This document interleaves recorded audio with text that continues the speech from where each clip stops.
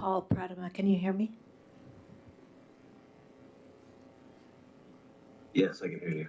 Thank you. Yeah. Thank you.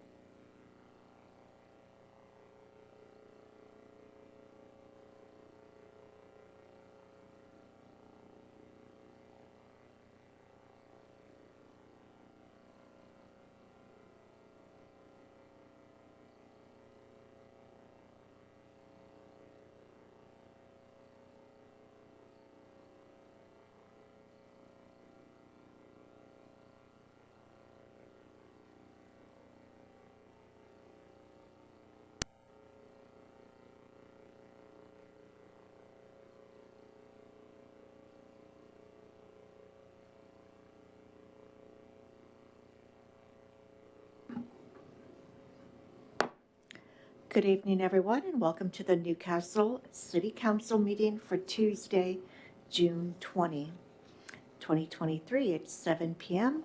My name is Linda Newing. Will you please rise and join me in the flag salute?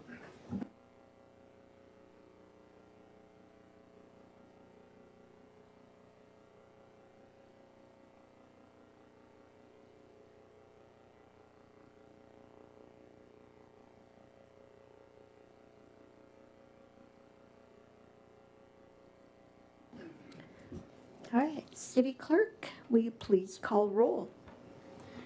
Councilmember Griffin? Here. Councilmember Villasenor? Here. Councilmember Lacotia? Here. Councilmember Charbonneau? Here. Councilmember Clark? Deputy Mayor Sherlock? And Mayor Newey. Here, and I would like to note that Council members Charbonneau and Lacotia are joining us remotely tonight. We do have a quorum of 7 members, so welcome everybody. All right, is there any objection to approval of tonight's unanimous consent agenda as presented?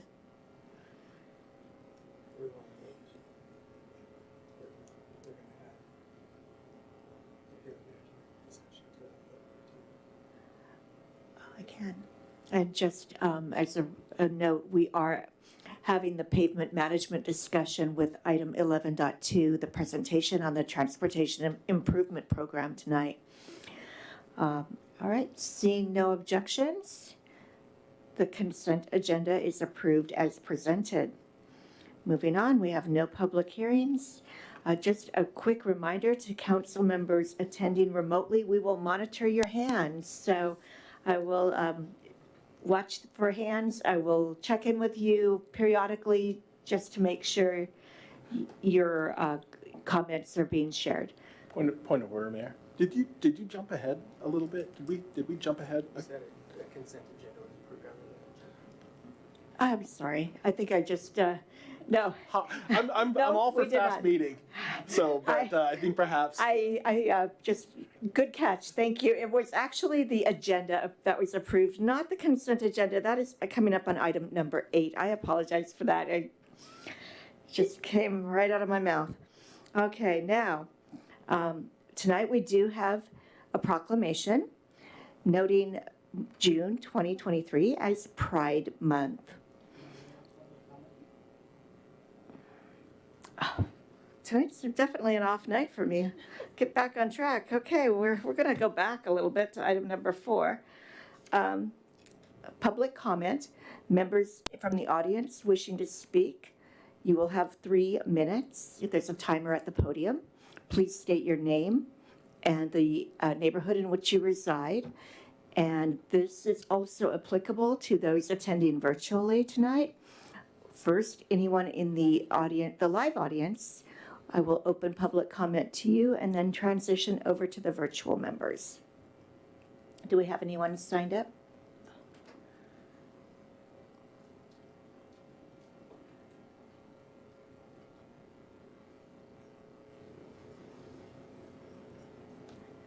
Okay, Carol, welcome. Good evening, council members. My name is Carol Simpson. I live in the Olympus neighborhood. I'd like to speak first about the budget amendment or cleanup that you're doing tonight. I've gone through it thoroughly and what was presented in the agenda packet, and I still can't make the numbers add up. I'm a real stickler for that. You had a beginning balance that you adopted in the ordinance when you adopted the 2023 budget. It's not clear how the new beginning balance that's being adopted tonight came about. When you add the interest to it, it still doesn't add up to the correct amount. So I encourage you to revisit that. Also to revisit the chart of fund balance, fund transfers. There's some amendments to the fund transfers, but does that affect other fund transfers that were in the original budget? It'd be helpful to include the chart of fund transfers so we can see more transparently what's going where. So it's not clear because of fund transfers and changing things in that, how much you're actually spending from each fund balance.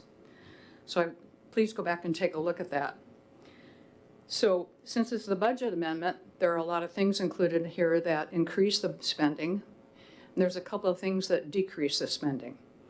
And when you decrease spending from a fund, that requires a different vote to decrease a budget amendment than increasing spending. You have to have a supermajority to decrease something.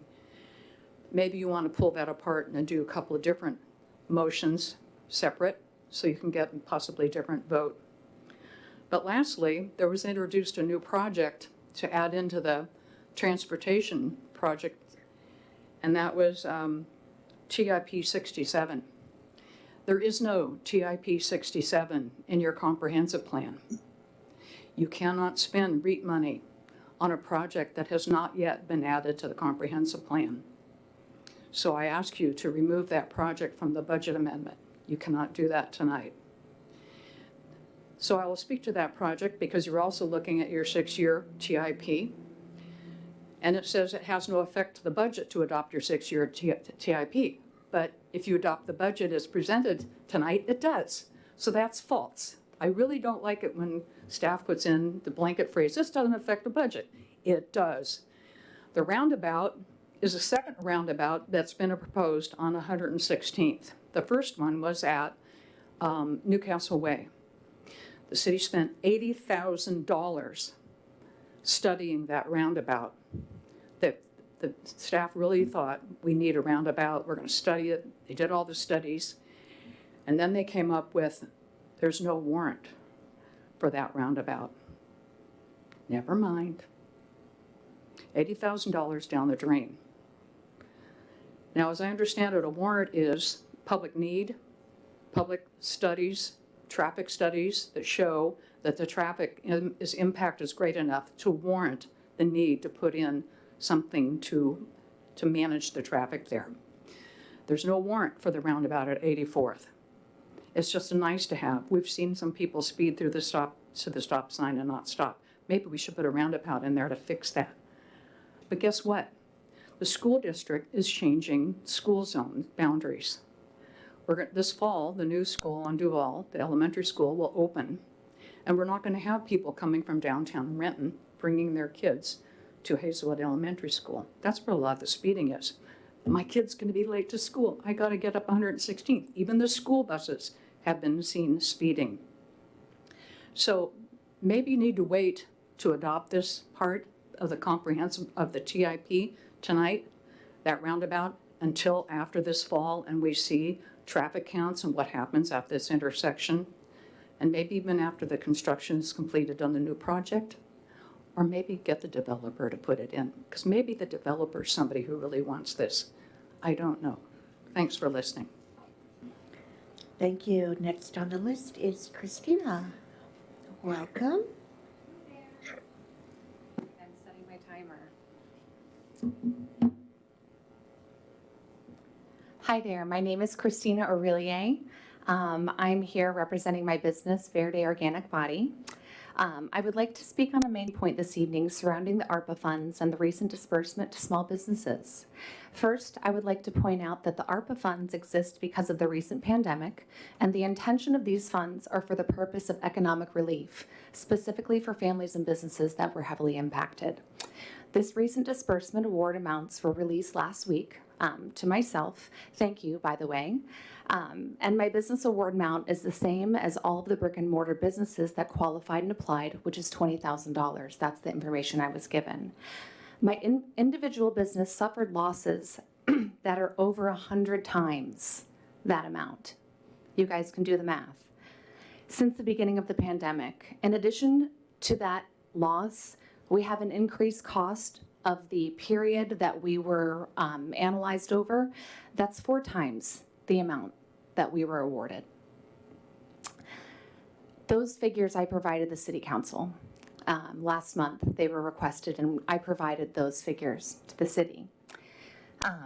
There are still funds left over that I've been made aware of, specifically after getting the information of the grant awards.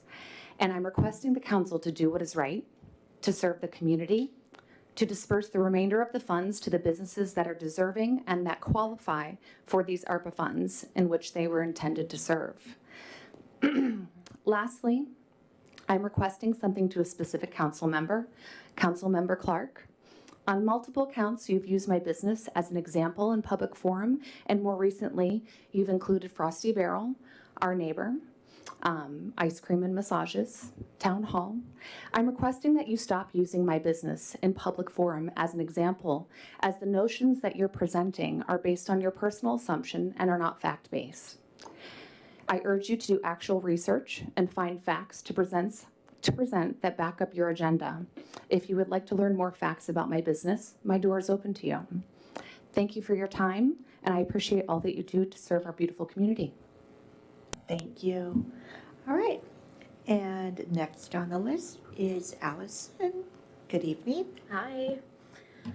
Oh, my name's Allison Sweeney.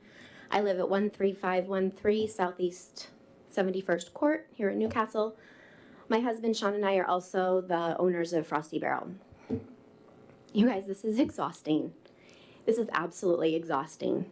It's been over a year that we have been talking about ARPA funds. It's been over 6 months that it was approved to disperse $400,000 or up to $400,000 to businesses. And to this specific date, we have still not received those funds. Business owners are tired. Restaurants, if you are unaware of a business plan for the restaurant industry, we do the majority of our business in the summer. So our restaurants are gearing up and getting ready for all of our summer plans, summer menus. Now, I said this was exhausting, but if continuing to show up is what Christina and I have to do to advocate for our business community, we will. Here we are. Christina mentioned the ARPA disbursements and the amount being given back to council after we have been fighting for it. Meanwhile, our new businesses are still carrying obscene amounts of debt, so our doors could remain open for our community. Now, some of you may not know this, some of you do, but my husband has been on TV twice this spring. Once on King 5 Evening News, talking about when we had ice cream sushi in the springtime, and was just on a couple weeks ago on Fox News in the morning time, talking about what we have coming up for summer. They love that segment so much, they did it the following Thursday. They've invited him to come back up to every single month. News stations have come to us. I have to say, Western Washington is noticing us and supporting us. I want to ask this on record in front of all of you and anybody watching online. Why is money that means so much to our local businesses and thus our local economy going back to council? Thank you. Thank you. Do we have anybody virtually tonight for public comment? I don't see any attendees, and I don't see any, no.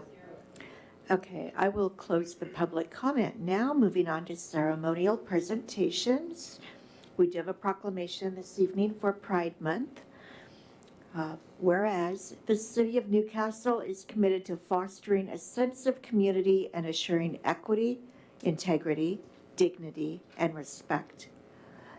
And whereas lesbian, gay, bisexual, transgender, and queer Pride Month is currently celebrated each year in the month of June to honor the 1969 Stonewall Uprising in Manhattan, a tipping point for LGBTQ rights in the United States. And whereas our LGBTQ residents are a vital part of the Newcastle community, giving their time, energy, talent, and resources to their city. And whereas, while substantial progress has been made, the struggle for LGBTQ dignity, equality, and rights continues to be important and necessary. And whereas, in solidarity with the LGBTQ community, the Pride flag is being flown at Newcastle City Hall throughout the month of June 2023. Now therefore, I, Linda Newing, Mayor of the City of Newcastle, proclaim the month of June 2023 as LGBTQ Pride Month and encourage all residents to honor and march toward equality.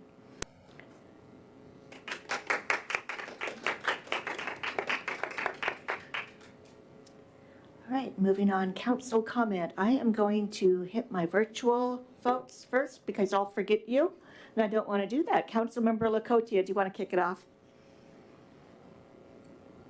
Hello, thank you, Mayor. Hello from India.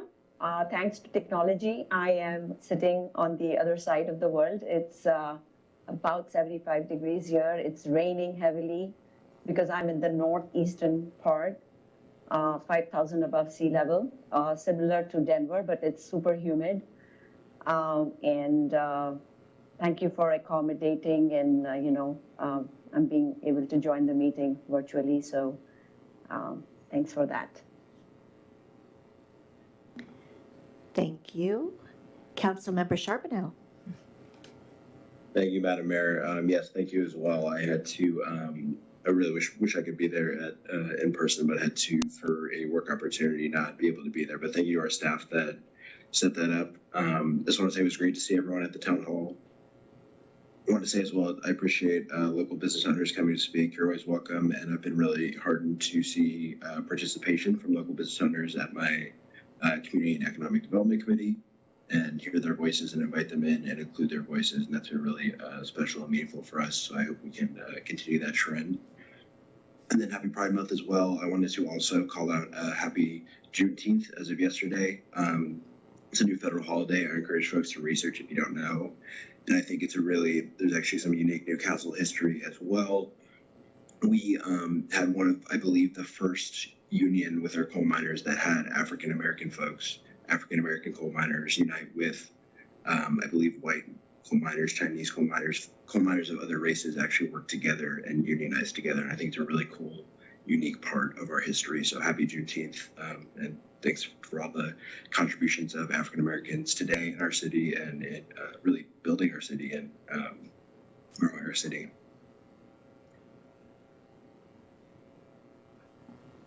Okay, Councilmember Clark. Thank you, Mary Noy. Well, based on my personal situation today, I wasn't going to say anything, but I will now.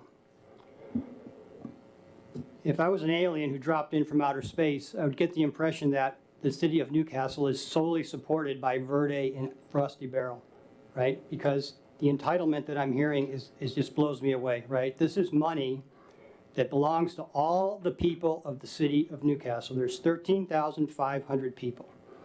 Now, I've said it before, and I was been very clear in both written comments to the certain people and at my public comments that I think the businesses are great. I wish every business owner makes gazillion dollars and becomes fabulously wealthy and realizes all their dreams, because it's not easy to start a business. I understand that. But If nobody wants to buy your product or your service, that is not the responsibility of all the rest of the citizens of this city. That's the way it is. That's real life, the reality. Now, I realize you'd like the city to cover all of your losses. And if I was a business owner, I'd probably want the same thing. But that is also not reality. The city manager and the community development director, went through a fair process, not as transparent as some of us would have liked, but I believe they did a fair job in allocating resources that the council, not by my vote, but the council directed them to do. There's money left over that goes back to the people. What about the relief for the people in the city? Would you, and I'll direct this to any audience member, be willing to pay my mortgage if I lost my job? The answer is probably no. So my question is, why should we all collectively pay your mortgage, right? That's exactly what we're asking here in a manner of speaking. So I am sick and tired of being blamed as a business hater. The fact is, I like the people more. I represent all of the people of this city, all of them, business owners and residents who got a tax increase by a majority of this council last year when they could have had relief that they desperately came to the council and asked for. It was packed, people saying, don't raise our taxes, but they were ignored, right? I feel I am advocating for those people, and somebody needs to do that. So I am sorry that you're suffering losses, and you have my sympathy, but that is not the job of the city government to subsidize your business. That's called communism. We don't do that, at least not while I have a vote, right? So I am sick and tired of hearing that the entitlement that I hear. I wish you success. I hope you're very wealthy and successful and do amazing things with your business. But you've made a choice. You made a choice to open a business and run a business. And again, I commend you for that. But that was your choice.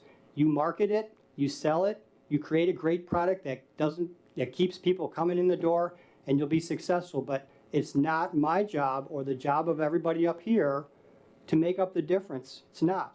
It's our job as a council to make sure that the public safety is enforced, that there's good, safe areas for businesses to thrive.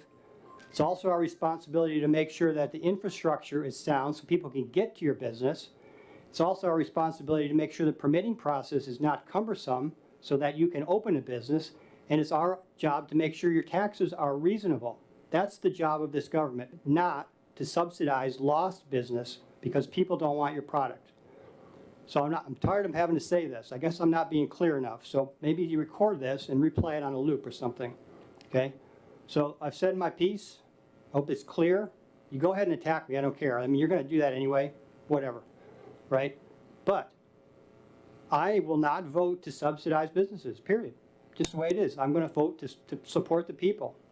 And there's a difference. Thank you. Councilmember Villasenor? Thank you. Let this breathe for a second. No, I'm fine. So just gonna make a 180. I'm just, unfortunately, we're in this situation where, we have strong people who have very clear ideas of what they want, and that is the process by which we have all signed up for, which is to say that the voices of our community are very important. The values and the opinions of our council are very important. These discussions are worthy to be had, and I appreciate us having them. But on a lighter note, I just wanted to say that this community is about ready to step into a really enjoyable time. We have summer's on the way. I know it felt a little more like winter today, but we do have events coming up. Things that people in our community, volunteers, are working very hard to make sure that we have an opportunity to enjoy our community.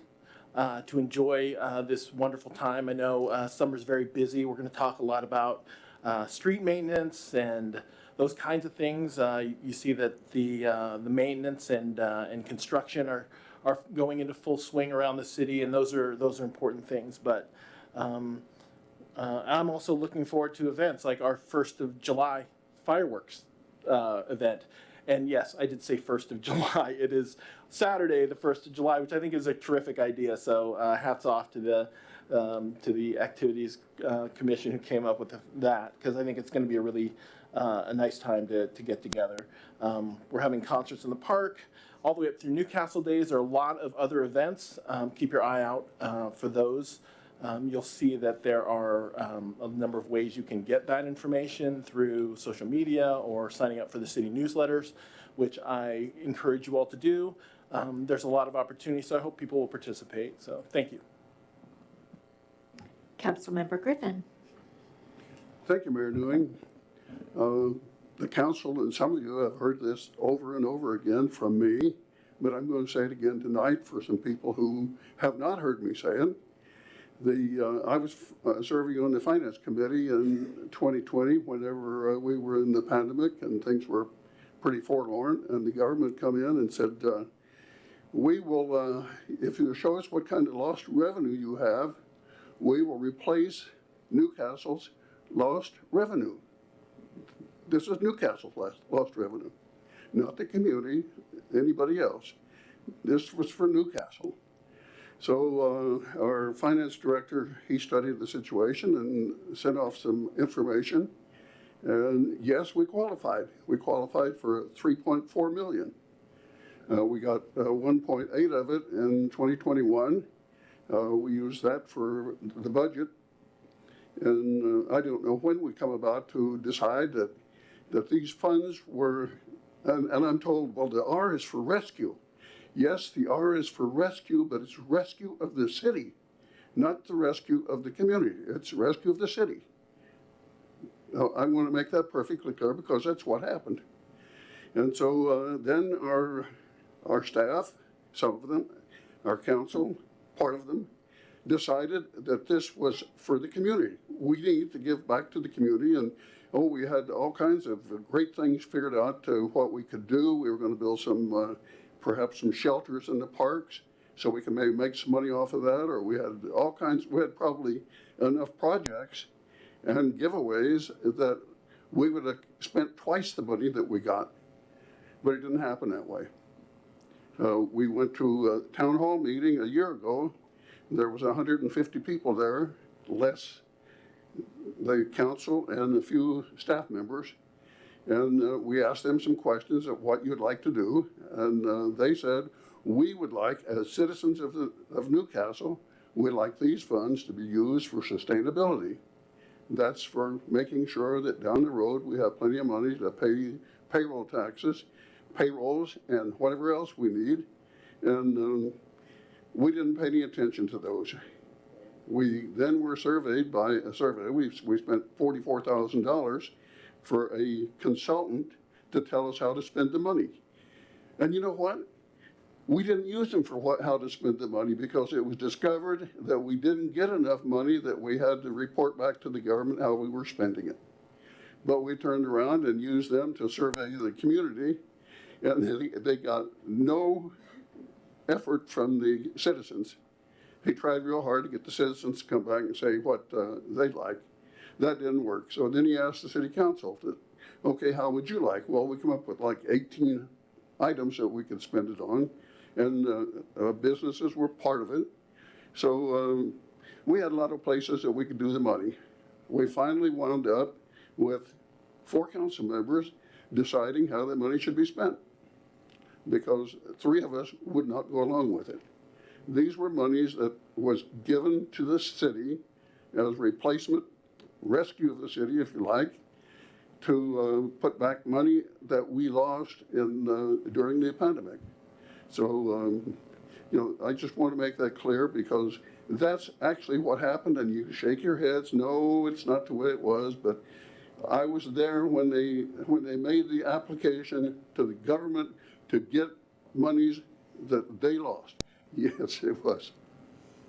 Okay, well, that's all I got to say about it. At least you know how I feel and what the money really came from. Deputy Mayor Sherlock. Thank you, Mayor Newing.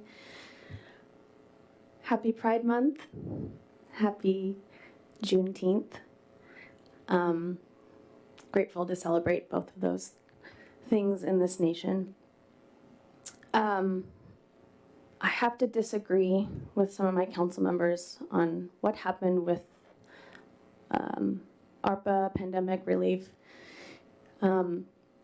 This money was allotted to the city of Newcastle because of the pandemic coming to the world, and our economies suffered greatly. Businesses had to close their doors and could not cater to customers that wanted their services. It wasn't that people didn't want the services, it's that the businesses could not give those services because we were told to stay home. And we did so as a community to get through the pandemic. And our federal government voted to give a lot of money to a lot of municipalities across this nation, and we got allotted a specific amount that we could use for pandemic relief.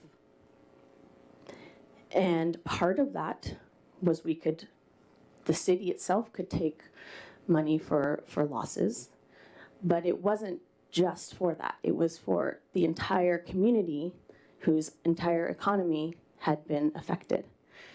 And so we discussed it for a very long time, too long in my opinion.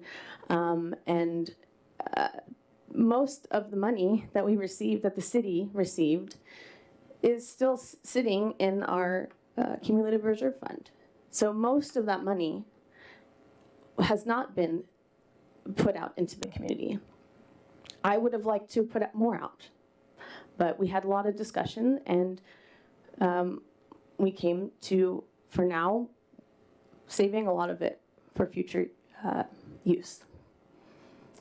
I supported it because I supported allotting a certain amount to help our local businesses because they needed it. That was the purpose of why we came into this money, was to help our businesses, our economy, our community come back together after being forced to stay at home for a very long time. So that's the way I remember it. And I am very excited for all of our summer events and for our community to get together again. So thank you. Okay, moving on, 7.1, those are for my comments. So very quickly here, because we have a big meeting ahead of us.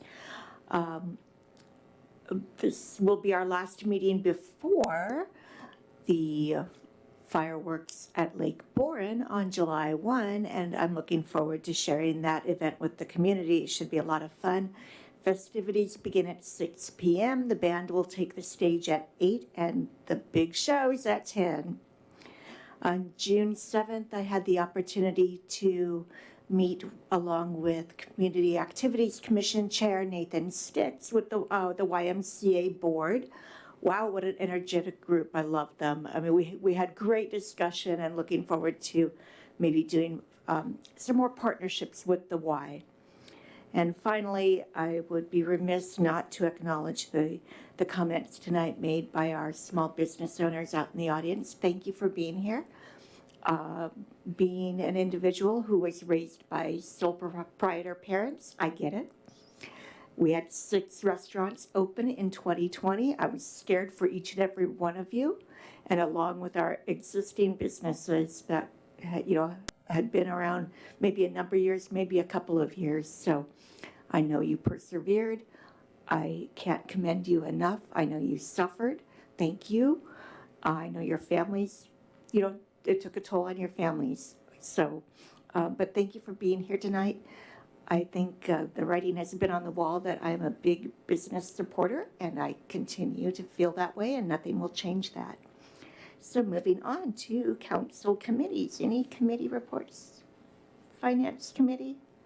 So we're looking forward, Finance Committee is looking forward to meeting with our new Finance Director on our next meeting, which I believe is July 20th. So, and obviously you'll hear from us, from Finance tonight, so thank you. All right. And econ? We will be meeting next week on Wednesday.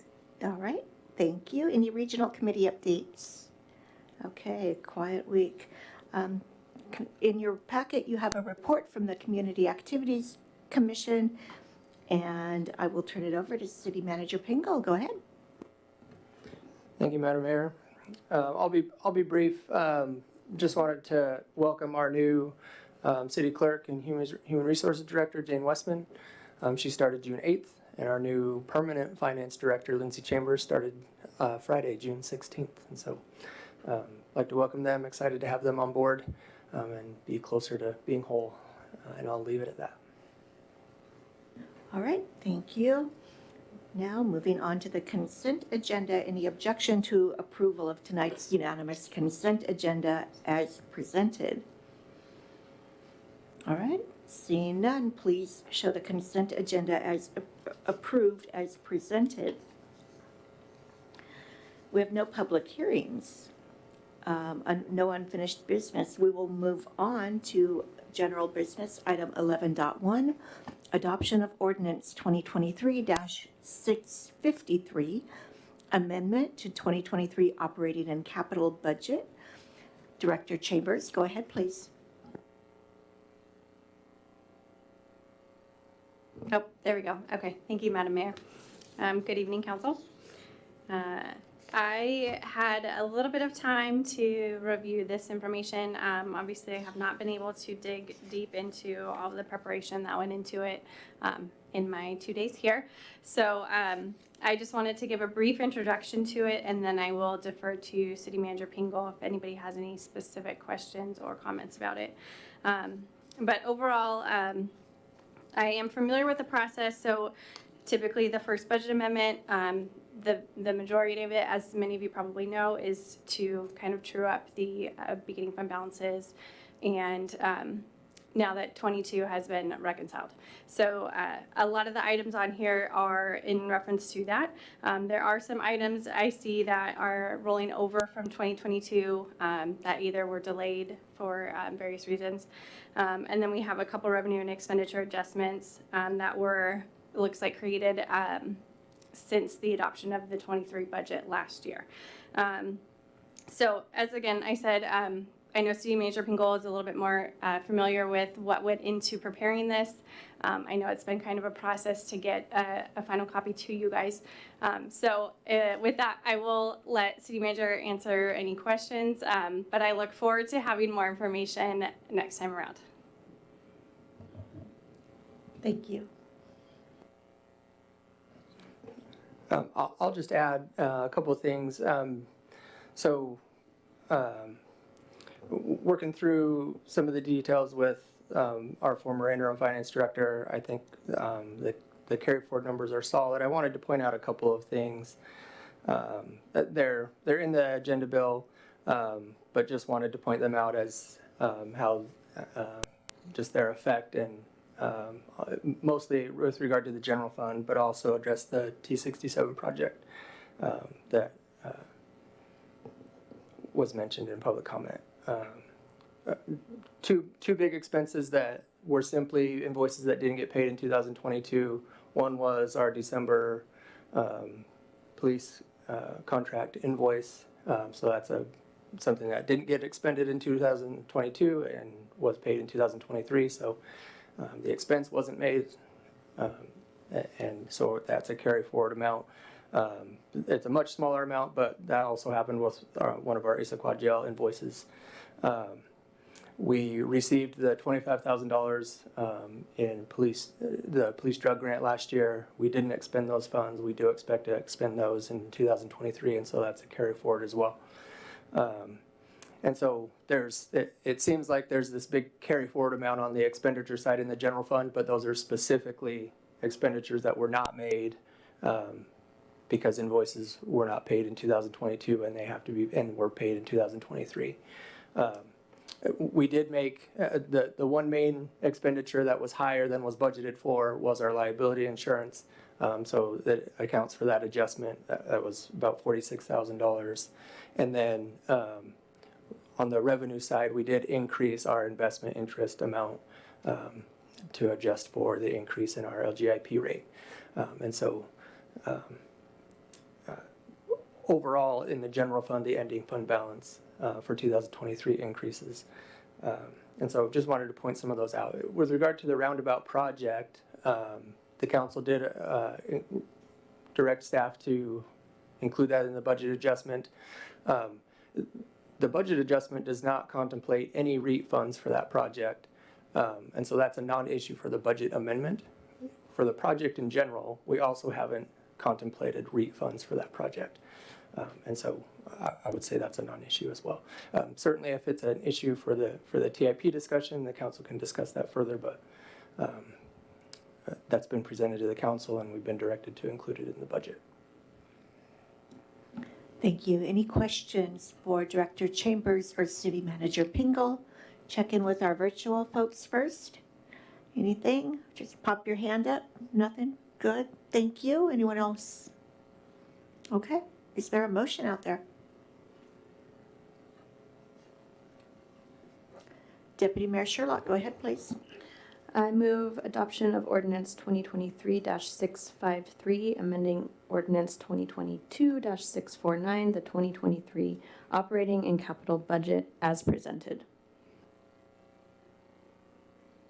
Okay, it's been moved by Deputy Mayor Sherlock, seconded by Councilmember Villaseñor, to adopt ordinance 2023-653, amending ordinance 2022-649, the 2023 operating and capital budget. Deputy Mayor Sherlock, would you like to speak to your motion? I'll just say we've had a lot of discussions in Finance Committee, and I know there's been a lot of double checking, and we were gonna do it, and no, we found something, so I feel confident that everything is in order, and we're ready to move forward with this budget amendment. Councilmember Villaseñor, anything to add? Yes, I would like to extend my gratitude to Interim Finance Director Rolf, who spent countless hours getting us back in line. So she deserves a break. So I hope she's enjoying her, hopefully an extended vacation. So thank you to her. All right. Motion on the floor to adopt ordinance 2023-653, amending ordinance 2022-649, the 2023 operating and capital budget as presented. All in favor, please say aye. Aye. Aye. Any nays out there? Motion carries 7-0. Okay, moving on. Item number 11.2, discussion of the pavement management program and ordinance 2020, and the draft 2024 through 2029 6-year transportation improvement program. I will turn it over to Director Bronze. Director Bronze, I believe we have a couple of consultants with us, so I will let you introduce them. Yes, Madam Mayor, thank you. Actually, I will let Carrie introduce them because we had planned to do this separately from the TIP, but I know due to other circumstances they're combined. So I'll turn it over to Carrie, and he will introduce the discussion and the presentation on the pavement management program, and then we'll come back for either to have a discussion on questions, and then I'd like to conclude all the pavement management issues, and then before we enter into the TIP discussion. Okay, so we'll hear, we'll hear from the thank you. program, and then we'll Jeff. field questions. I'm sorry, Madam Mayor, what was that? We'll go ahead and go through the presentation and then field questions. Yes. Okay.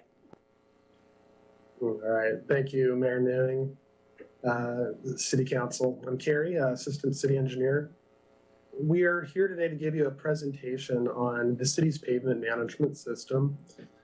This is an overarching program for maintaining the pavement infrastructure, also known as CIP number T013. Some of the pavement management system's goals are to aid in answering questions such as, how well are our pavements performing over time? What pavements should we spend money on first? On what pavements is our money best spent? What annual budget do we need to keep our pavement network at its current condition over the coming years? This is to be contrasted with our annual pavement management program, which is CIP T11 So today we'll be discussing the findings of this year's survey from the pavement management system. This survey analyzed all city streets from arterials to local access roads and everything in between. So without further ado, we're going to have Luis with Applied Pavement Technology, who we've been working with since 2017. He's going to give us a presentation on the latest findings for our update. So I'll turn it over to Lewis, and he's happy to facilitate any questions directly related to the material that he's covering, and we'll have ample time for questions at the end. So with that, Luis, thanks. Good evening, ladies and gentlemen, City Council. My name is Luis Baja. I'm with Applied Pavement Technology, and I'm joined by Greg Duncan, our project manager and our senior engineer as well. And like Carrie mentioned, we've been working together since 2017, and going to walk you guys through my presentation. Let me share my screen first. Okay. So basically, the main objectives of the presentation and the project themselves were to continue with the pavement management system implementation and updates that we had developed throughout the last 6 years, report the network conditions, go through, present future maintenance needs, evaluate the current treatment strategies, what other options we have available, what impact or how is that going to impact the budget. And to do so, we went through, conducted a citywide pavement survey, everything, arterials, collectors, and local roads, took that data, analyzed it, and I'll show you the results of that, which will be the maintenance and rehabilitation plans. Basically, in the presentation, I'm going to go through what it was we did, what a pavement management refresh is, the current conditions of the city. I'll show you guys a map and what that translates to, the treatment strategies that you're currently working with, and a couple others that can be included, the budget scenarios, and then finalize with the recommended work plan. This image here is a typical pavement performance curve. It's basically just an indicator. This, please don't take this and say, oh, at this particular age, I have to do this particular treatment. No, this is just a typical pavement performance that goes over time. It starts off brand new pavement in good condition. And then as time goes through, you start seeing it begin to deteriorate. First, you start with longitudinal and transverse cracking, and then you go through into more structural distresses. But throughout that service life of the pavement, you want to address it. You want to keep those cracks sealed. You want to do some localized patching. That's what routine maintenance is. Then go down and do some preventive maintenance, some surface treatments. Then there's a small period of time in which you can wait or defer any action. Then you start getting into the more expensive treatments, such as resurfacing, and then the most expensive one that is evidently reconstruction. So in order to go and create those plots and get that type of an analysis, you have to do a pavement condition survey, and you have to do this periodically. So there is a standard called the ASTM D6433. It's basically the standard practice for getting a pavement condition index, which is a 0 to 100 index, with 100 being a pavement in excellent or brand new condition, and a zero a failed pavement. We went through in April of this year, and we addressed we went and inspected each and every one of these sections that you can see in the map. That we went out, we inspected everything, we took our wheels, we took photos, we measured every distress, and that was out there in each one of the sample units that we inspect. By doing that, we came up with this 0 to 100 plot for each one of the sections. A section is basically just the network is segmented basically on a block-to-block type setting. So every block, you get a different PCI. As you can see, good is green. It starts going down. Yellow, you start getting into that intermediate phase where you want to do something. And then the red ones start getting into the most expensive treatments. This is another type of way to see that plot. Again, 0 to 10 failed, and then goes down the list all the way to 86 to 100. We separated that by functional classifications. You guys have 3 functional classifications, and that's just basically the type of traffic that you're going to see in each one of these roads. You have arterial roads, collector roads, and local roads. Your arterial roads are in an overall condition of a 68. Your urban roads are in a 57, and your local roads are the highest, up at a 77. If we split that up differently as well and look at AAC, which is asphalt over asphalt, or an overlay, pavements that have been overlaid, AC, just simple asphalt pavements, and PCC, which is concrete roads. Asphalt and asphalt overlays overall, they're at a 74, and PCC is at a 77. Again, looking at this a little bit different, we saw all the colors, but what does that translate to in terms of areas? A 15% of the network, only that much is below a 55, which a 55 is, again, those very expensive mill and overlays and reconstruction type projects. Only 15% of that is below a 55. Below a 70, which is a fair condition, is only 36%, which means you have a 64% of the network that is in satisfactory or good condition, and overall you have an network level PCI of a 74, which puts you guys in the satisfactory condition. That is, it's a high PCI. That it's a commendable effort. Over the last 10 years, again, we began this journey a while back. In 2011, there was a PCI establishment of 76. And then in 2015, there was a different type of data collection that threw a PCI of an 84. That was a very high PCI. And we came back in 2019 and took a look at that, did a full ASTM, standard procedure pavement condition evaluation. Came back, got a 78 on that one. In 2021, we came back and did only the arterials and the collectors, re-inspected all of those, and projected the local roads with the models that we had at the time. We got a PCI of a 74 for the network. And this year, again, we did a full city network, arterials, collectors, local roads, and the PCI is still at a 74 overall.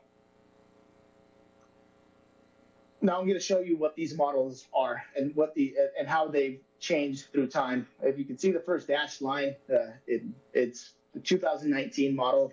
You can see that it was curving and then plateauing and serving a little bit more towards the end. Then in 2021, and I apologize, this is arterial and collector roads only. Then in 2021, that condition started to soften a little bit more. That decline was a little bit softer in the first 10 years, and then you got that sort of plateau between that and 25 years, and then you started getting a decline beyond that. In 2023, it shows that the first couple of years we're still predicting pretty close up until year 7, and between year 7 and 18, you start getting a little bit of a steeper decline in those conditions. But then beyond 18 years, you're starting to get, again, another plateau. So what this plot tells us is now that we've collected data 3 times, the more data we collect, the closer these models get to predicting the condition of the roads that we have. The less change you see in these models, that basically tells you you're getting closer. Every time you're collecting this data, your projections are getting better and better.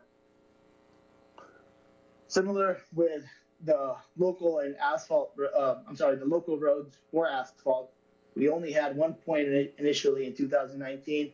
Now we have a different one in 2023.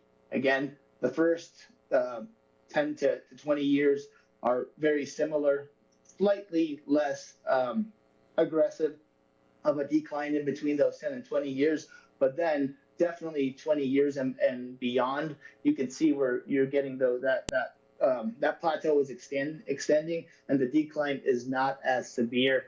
You're getting a lot more life out of those pavements.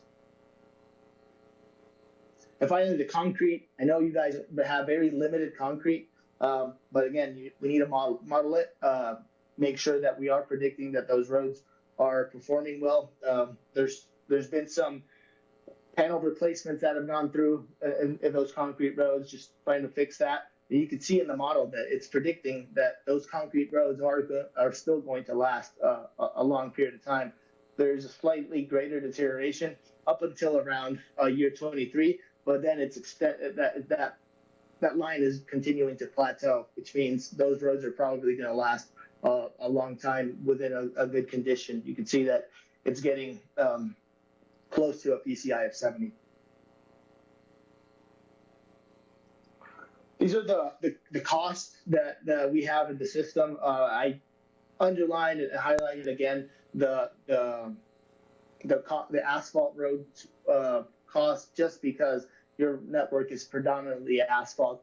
Crack sealing is about 78 cents a linear foot, and it basically what it does, it prevents not only water but also incompressibles from getting into that crack and making it fall and get wider. And then water in the underlying layers of road structure is the number one enemy. So we want to prevent that water and moisture from infiltrating into the base and subgrade. Then you have slurry seal. It's a thin, it's a surface treatment that basically protects the surface not only from moisture but also from radiation. And by doing so, it extends the life of it. It doesn't make the asphalt become as brittle in a short period of time. So similar to microsurfacing, the difference between microsurfacing and slurry seal is basically the functional classification that it's applied to. Slurry seals are great candidates for local roads, cul-de-sacs. Microsurfacing is more for arterials and collectors. Those roads, it sets or a little bit quicker. So it's basically engineered to be laid out in straight lines, basically, not as many curves or so. So they're perfect candidates for arterials and collectors. Patching, replacing areas of localized structural damage. It ranges from $6.36 and $8.17, and then you get into a lot more expensive work, like I was mentioning before. You get into the mill and overlays, where basically you're removing that old material that has distresses in it, and then restoring that surface with a brand new layer of asphalt. And then the reconstruction, which is the most expensive out of everything. You need to get into that when the structure, not only the asphalt itself, but also the base and maybe even the subgrade needs some work in it. You just basically, it's damaged, and it's beyond the point of a mill and overlay or any other surface treatment. It's gotten to a point where you need to replace it. So now we have everything. All those tools are, all those treatments in your toolbox. They've been built into the software. Your current budget, where your predictions are, in budget fluctuations, and also the where you want to be, your targets, and not only that, but do you want to use all the tools in your toolbox? Do you want to implement surface treatments? So that's what we're trying to analyze in the budget scenarios. First of all, that first cap, I do want to mention that there's two scenarios that are run separately, and they're used just for comparison purposes. That first cap, that $4.6 million, an unconstrained PCI of 88, that's run for a perfect world type scenario. You have unlimited funds. What do? You can go address all your roads with that treatment strategy that you want, and that will put you at an 88 if you were to have $4.6 million over the 6-year analysis period that we ran. And then the bottom one is the do nothing. If you did absolutely nothing for the next 6 years, you would drop from that 74 to a PCI of 63. That's that green solid line with square markers on it at the very bottom. So basically, everything in between that are other types of scenarios, more realistic type scenarios. For example, if we want to get to a PCI of 76, that target that the city has, you would need a budget of $2.44 million. if you were to have or want to maintain the current condition, you would need a budget of $2.12 million, and that will leave you at that PCI of a 74 at the end of the 6-year period. However, if you use surface treatments, if you use those cheaper treatments that protect your surface and keep the roads in good condition for longer, then you would only need $1.56 million to keep it in that same 74. And I do want to go into the surface treatments and the benefit of them, but I'll show it to you in a little bit. Continuing down the list, if you were to have that same 1.56 million that we estimated to maintain the current condition and not include the surface treatments, you will still see a decline of 2 points to a 72 at the end of the 6-year period in 2029. Another scenario we wanted to see is if we have $1.1 million, what does that do to our network by including surface treatments and without surface treatments? And again, the surface treatments always outperform the no surface treatment strategy. The 1.1 million will give you a 72, so a 2-point decline in 6 years, and 1.1 million with no surface treatments drops you to a 70, so a 4-point drop over the 4-year period. And finally, the $850,000 a year on average for the transportation improvement program, it'll make the PCI drop 5 points to a 69 if no surface treatments are included. So we wanted to dig a little bit deeper into that surface treatments versus no surface treatments and the specifics of the 6-year transportation improvement plan. As you can see here, overall, if you have the same budget of $850,000 a year, you have a 1-point difference if you would then include the surface treatments into your toolbox.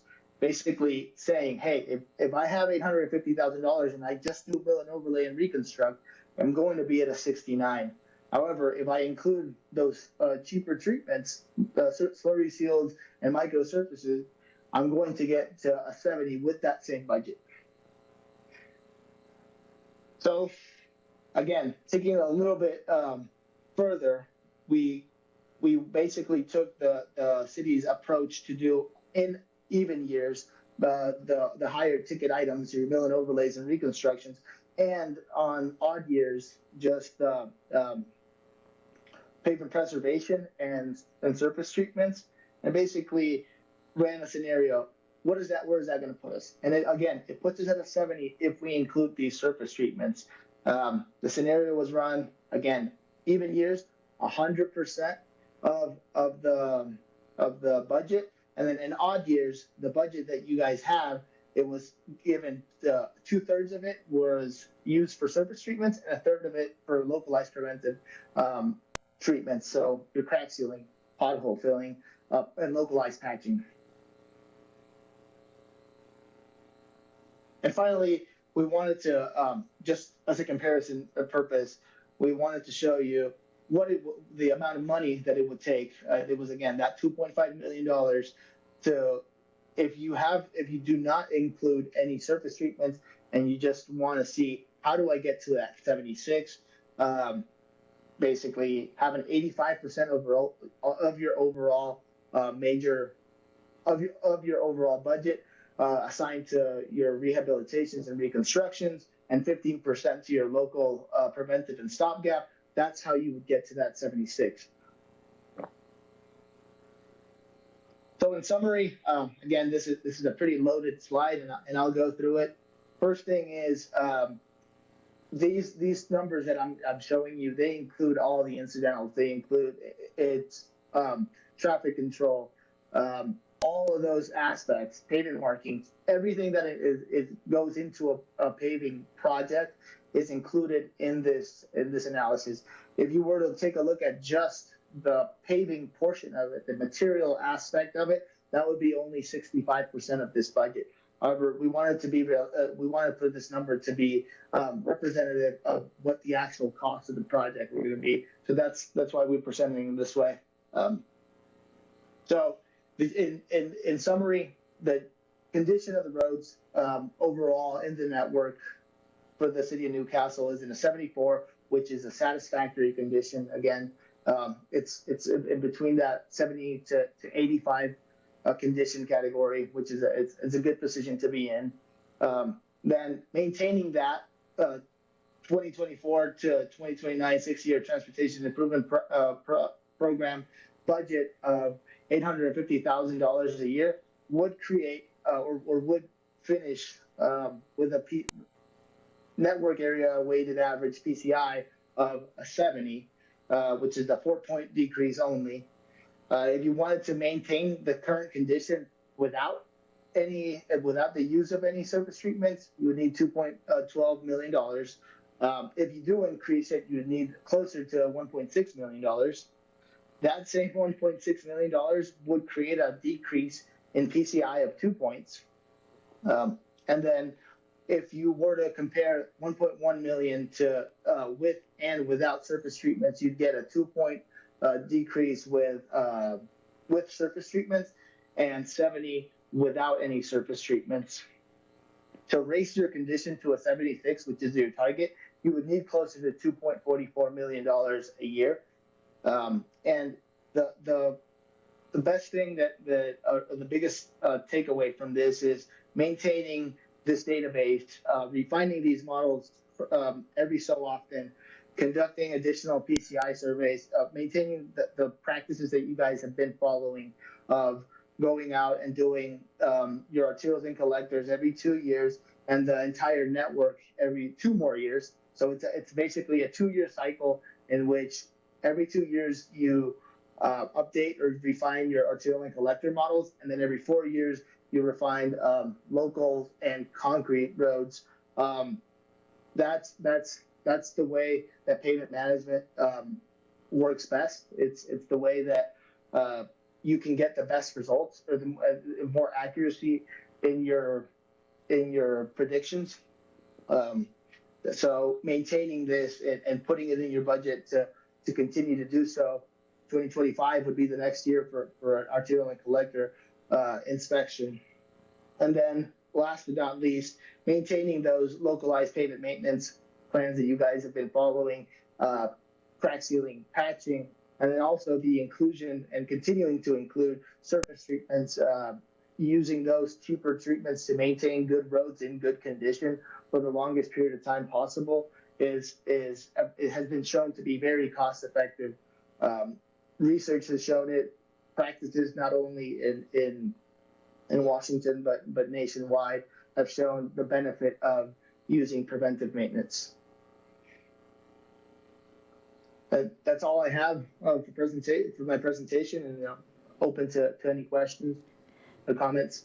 Thank you, Louis. Just checking, I don't see any virtual. Councilmember Villasenor. Thank you, Luis, for the presentation. I'm gonna ask you to go back to maybe your third slide. You had some pictures there, and I just wanted to. Let's see if I can go back faster than this. Hopefully you can help me train my own eyeballs. This one. If you could just sort of ballpark the PCI of each of these particular pictures, that would help me out greatly. Just to see if my thought is similar to your thought. Okay, so picture to the left, you have both low severity and medium severity alligator cracking, and I'll go a little bit into detail. That's a structural distress, and that hits the PCI a lot harder than a typical longitudinal or transverse crack. So by seeing that automatically in my mind tells me that that's anywhere between a 60 and a 50. The picture in the middle, it looks like there's very minimum distresses. There is weathering, which is a distress. It's just basically when you lose some of that asphalt from the top of the mix, starts just discoloring. Not a big structural distress, not a big issue. So I'd say that that's probably anywhere between mid 80s to low 90s. And then the picture to the right has a lot of alligator cracking. It's not sealed. It's medium severity. So I'd say that's closer to a 40, perhaps a 30, depending on what the extent is. Just to give you a better explanation of that. The way the PCI works is you're measuring all of this for an area of each section that is representative of the overall condition of the entire section.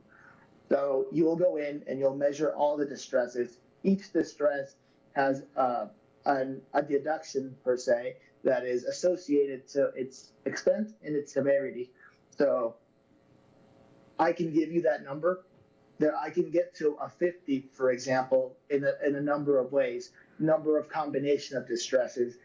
So I'll say that that's why I wanted to identify these distresses for you and tell you, okay, when you have a structural distress versus a functional distress, where the structural distress is going to have a very high deduct point on your PCI versus that functional distress, it will not. And structural distresses are depressions, rutting, and alligator cracking, and also edge cracking could be a structural distress. All of the others, when you're talking about weathering, raveling, longitudinal and transverse cracking, those types of distresses are more functional. So just to give you a little bit of an insight of what the PCI methodology entails. No, that's terrific. Thank you. So if let's take the picture on the right, for example. If we were to think about remedying that road, if we think it's maybe, let's call it 40. If we wanted to remedy that, are we looking at there's really no, it's beyond surface treatment, right? If we're looking at that at the other graph that you showed, which is the sort of down, flat, down, this is probably somewhere on the right half of that graph, right? We're into what was it, like, not reconstruct, but yes, we're Yes, sort and of in that example, that is May Creek Park Drive, and we are overlaying that next summer. Okay. And I do want to point something out that I always like to mention. A pavement management system is not an engineering design tool. It's a financial planning tool. There's two big differences between one and the other.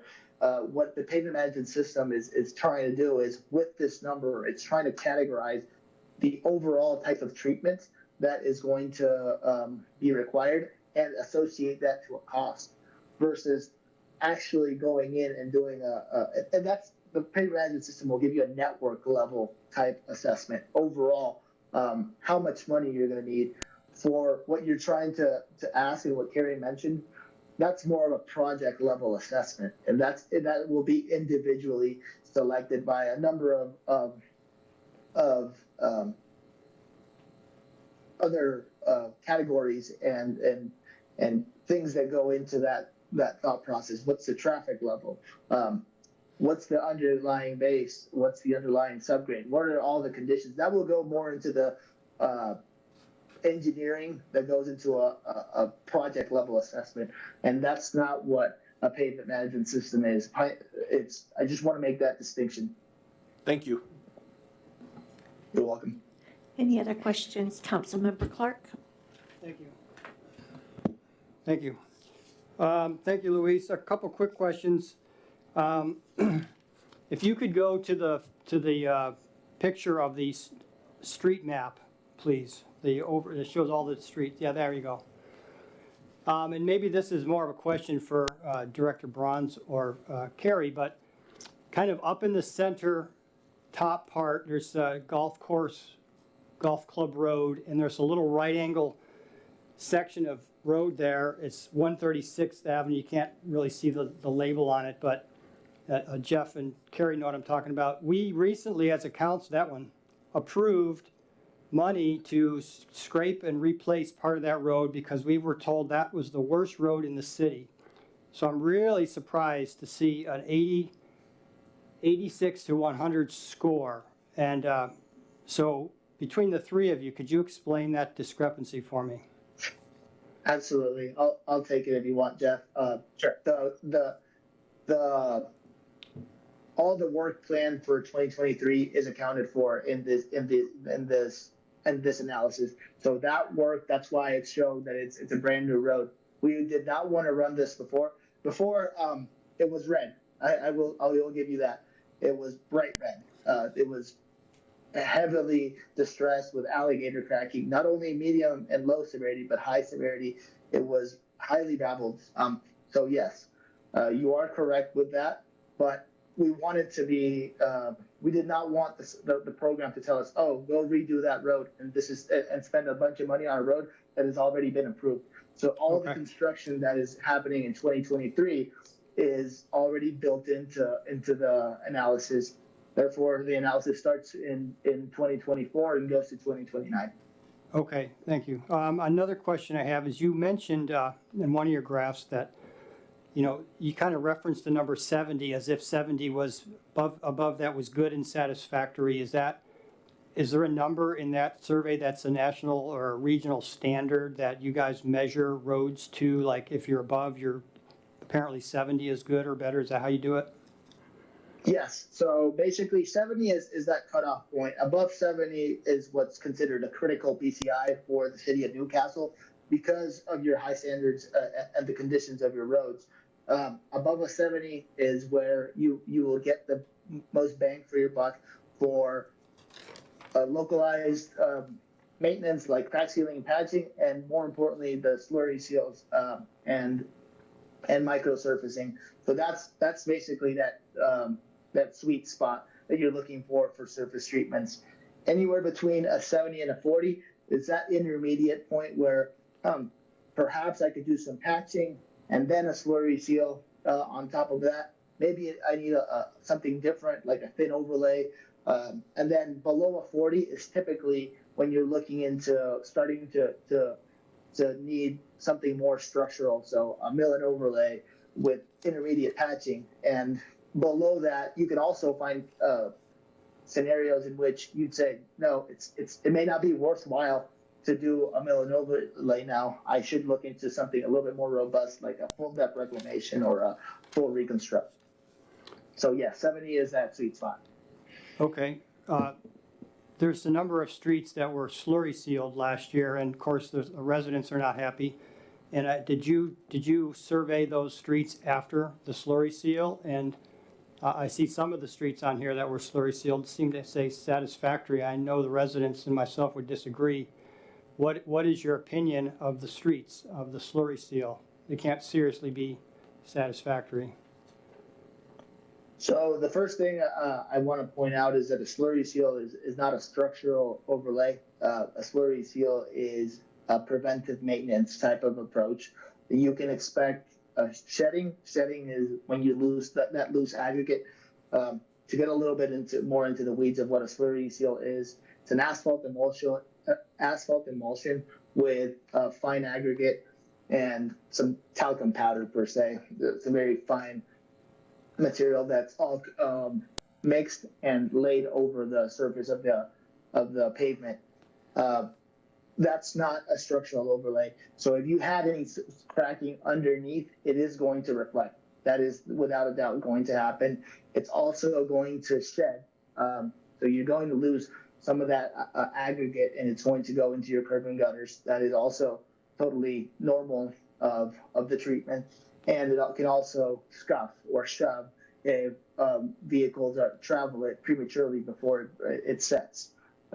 So we did see when we did that, when we did the inspection, some of those reflective cracking. And I see Greg has his hand up. I'm sure he'll want to add to my point. But to wrap up, yes, those roads, that's what the PCI standard says. PCI standard won't let us, we can't rate anything that we can't see. So since it's a standard test, you go out and you inspect, and you rate exactly what you can see. So the conditions that you're seeing here are representative of what's observable at the time, that snapshot of the day that we were out there. Go ahead, Greg.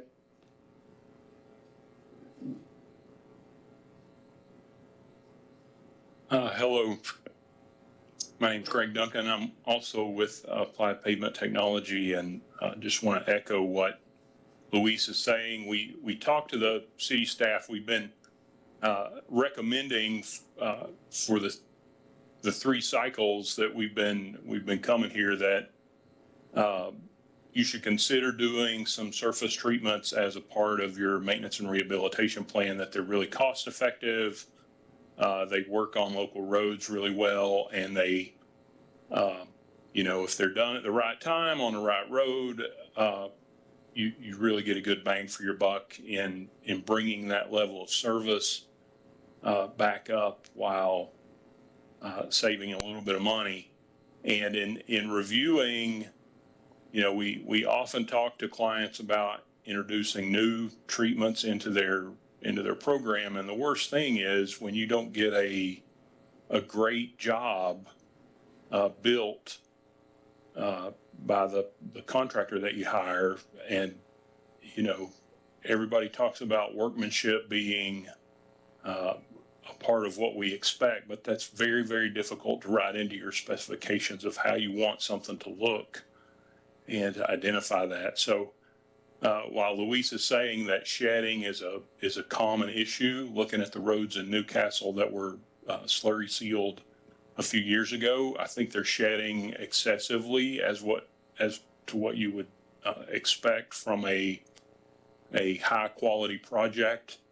Part of that is the time of year that it was done, doing work late in a summer season when the treatment doesn't get a lot of time to cure out. It's still going to remain soft through that cold weather cycle, and it will continue to shed.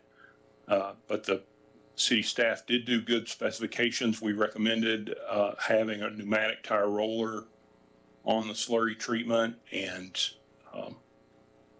unfortunately, I know this is opening old wounds for folks, but we still recommend trying those treatments until you get your, are you selecting the right roads? As Luis said, if you have working cracks that are moving, putting a thin surface treatment over the top of them will not heal them. So you have to do some crack treatment or treat roads that are in a little bit better condition. So there's a couple of things there, but we did look at your slurry seals, and honestly, I winced when I saw it because it's not a great appearance.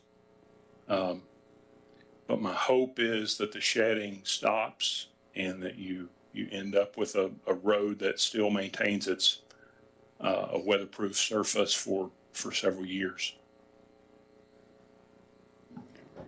Councilmember Villasenor. Thank you.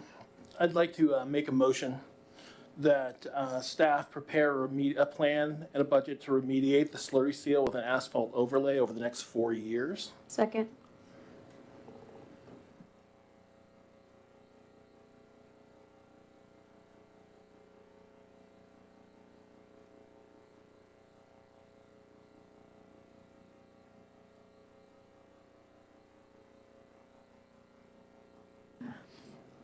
Okay, it's been moved by Councilmember Villasenor, seconded by Deputy Mayor Sherlock to, I'm sorry, do you have that motion in writing? Oh, thank you.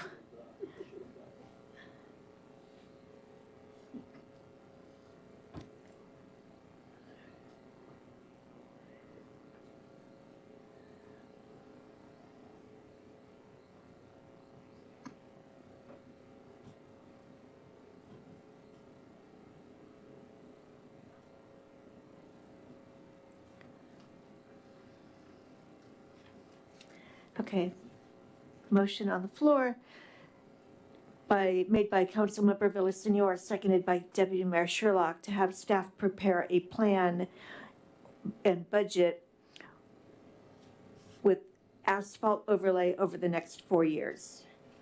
Sorry, I think I left out a word. I did mean a plan and budget to remediate the slurry seal with an asphalt overlay over the next 4 years. a plan and budget, okay. Sorry about that. Is everyone clear on the motion? Okay. All right, Councilmember Villasenor, would you like to speak to your motion? I think that Mr. Duncan's comments really struck me as they're. I'm not a professional, and I've walked those streets, and I don't think they look great. But when a professional comes in and says that he is shocked by the condition of that overlay, I feel that we have to do something, and I do want to see a plan that.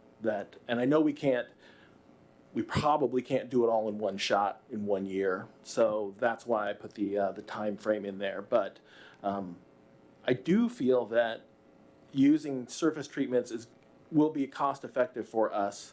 We just have to think about, again, when and where we apply these things. High speed, high traffic, high volume, high speed roadways seem like something that we want to make sure that they're in good shape on a regular basis.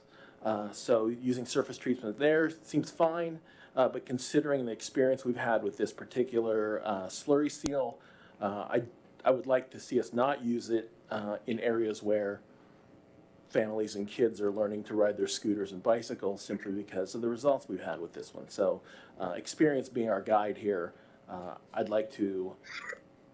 I want to support the use of resurfacing techniques, but I really want us to be extremely thoughtful about where we do it. Deputy Mayor Sherlock, anything to add? No, I mean, it was well said. I was also struck by those comments, and it just kind of solidified, I think, what all of us have been noticing and talking about and worried about and hearing from the public. So I support this motion. Okay, motion on the floor. Councilmember Griffin. I'd like to make an amendment that we do something with the streets that are slurried already before we go ahead with doing anything else. That's what this motion does. Pardon? That's what this motion does. That's in that motion? That's what it does. This be fixed first? That's Okay. what it does. Okay. All right, motion on the floor. Made by Councilmember Villasenor, seconded by Deputy Mayor Sherlock, to have staff prepare a plan and budget that will remediate the slurry asphalt overlay over the next 4 years. All in favor of the motion, please say aye.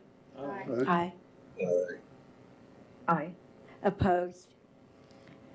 Motion carries 7-0.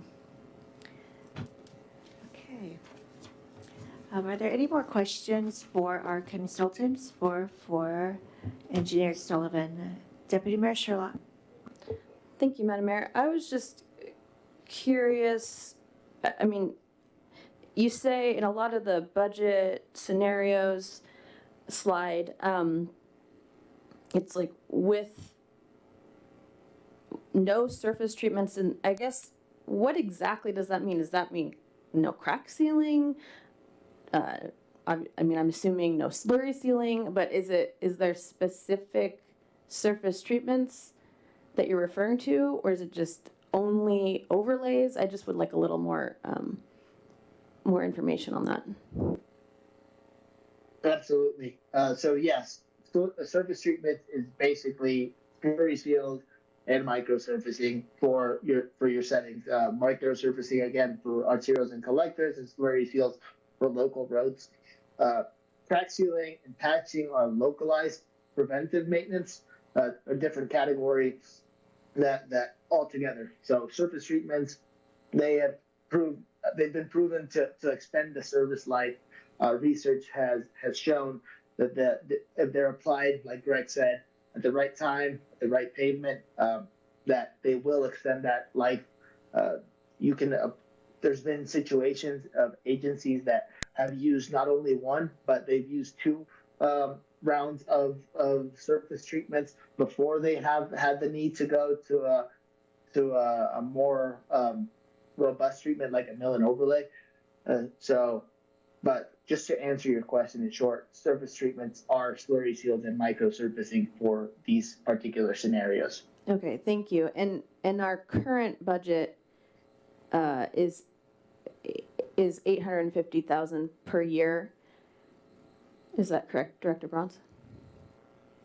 Yes, an average of 1,850. The current adopted TIP, so not what's before, actually later in this discussion, what was the previous year's adopted TIP has an average of $850,000 over the 6-year plan. Okay, thank you. Councilmember Charbonneau? Thank you, Madam Mayor. I guess point of clarification first would be, are we moving, I'm seeing that in the material staff prepared, they wanted, the action they were recommending was to sort of discuss information presented and provide direction for staff overall for the final transportation improvement plan. Is there going to be another presentation, or can I start? There's actually a TIP presentation following this one. So, I mean, they're not looking for a whole bunch of, action on this tonight is my understanding. But we do need to provide some input and feedback for staff to bring back a proposal for, recommended PCI levels and funding for the street maintenance.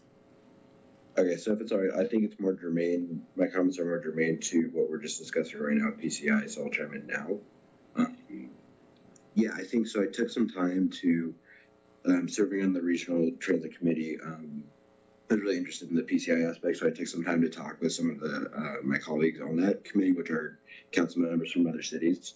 So I remember I'd been told that our goal PCI is 76, and I was told that, and I know we're not the same size as Bellevue, and there's different, contrast there, but our roads literally connect to theirs, so I was very curious what their goal was. And Bellevue's PCI standard is 60, actually, which is quite a bit lower than ours. And I wanted to see if that was commonplace, and when I talked to a lot of the other folks, and this is, ranging King County, we have folks from there's an equal distribution of folks from the South Valley, from the north as well, and 60 to 65 is actually pretty standard. So I think if we're looking at this with a lens, I do think 76 is quite high, and I think one way, this is a major way we could potentially cut costs, is by looking at some of those lower options. I appreciate it being prepared in a bullet point where we can be like, okay, what is a reasonable approach here? I'd be happy to talk about, maybe even if it's one of those things where instead of the goal of 76 at 70, we're looking at, a savings of, it's 2.44 million per year versus 1.1 million per year. I think that could be something that could be great. We can, we've been voting to approve roundabouts, which I think are great for motorist and pedestrian and cyclist safety. We can do more of those sorts of projects in that same transportation capital fund. I would be in favor of, I don't think lowering it too much is a good idea, but I would be in favor of exploring something lower than 76, maybe talking about that 70, that 70 and below. And I think the funniest thing to me is that looking at this as the do nothing option, we would still have a higher PCI than most cities have as their target. So I know folks talked about that sweet spot of 70, but I would like to have it would be interesting in lowering it a little bit, but open and to a dialogue with my colleagues of what they're comfortable with. Okay, before I go to multiple rounds of comments and questions, I actually have a couple that I'd like to have addressed. So I'm not sure who the best person to answer, so I will let the professionals figure that out.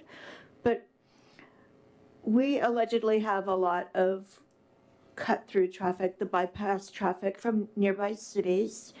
It probably puts a toll on our roads as far as conditions and the maintenance we do. Is there an option to have our arterial streets maintained at a higher PCI and maybe the more quiet neighborhood streets where maybe you have delivery trucks and your solid waste collection trucks once a week, they're not really being impacted by all of that traffic day in and day out? Those would have a lower PCI. Is that doable? Am I crazy to even consider that? Tell me, words of wisdom, please. You're absolutely fine asking that question. And yes, these can be broken out into various ways, whether we want it to be arterials related or local access roads. We would want maybe a lower PCI. So it can be divvied up in multiple different ways than just one single citywide average.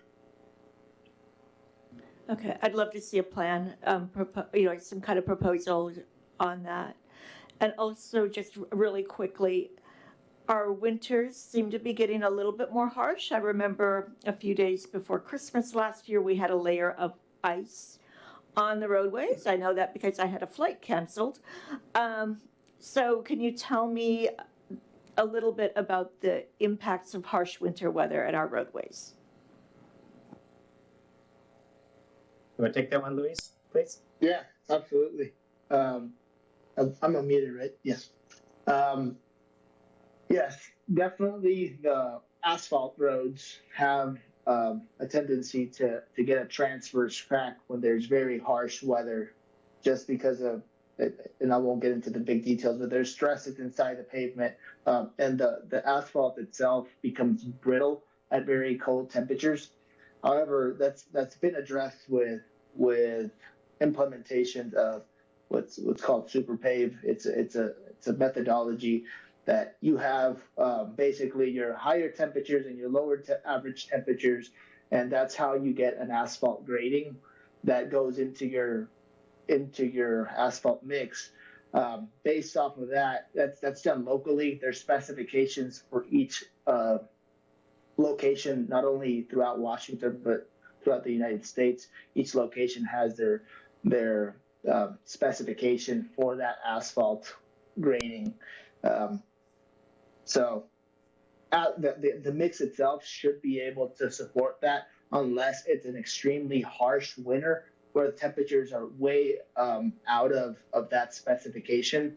And in that situation, you can begin to see a lot of those transverse cracks. And if there's water that's infiltrated into the base and the subgrade, you can get frost heave underneath. You could get basically like a swell in the asphalt per se, and those bumps.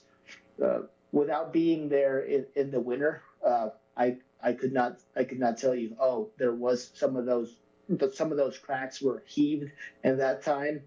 From when I observed it in April, I didn't see anything that would tell me, or any indicator that would say, hey, there was an extremely harsh winter that created a lot of damage to the pavement throughout the city. And if it did, it's probably very localized.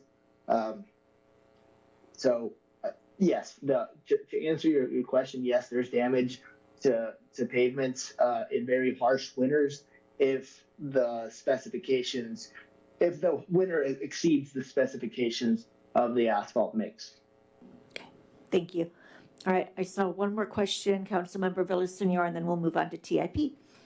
Thank you. Just, you read my mind on that, Mayor Newing, in that we already have a guide, which is the snow route, right? The snow route addresses higher volume, higher speed streets, and how they're addressed from a care maintenance perspective when we have snow.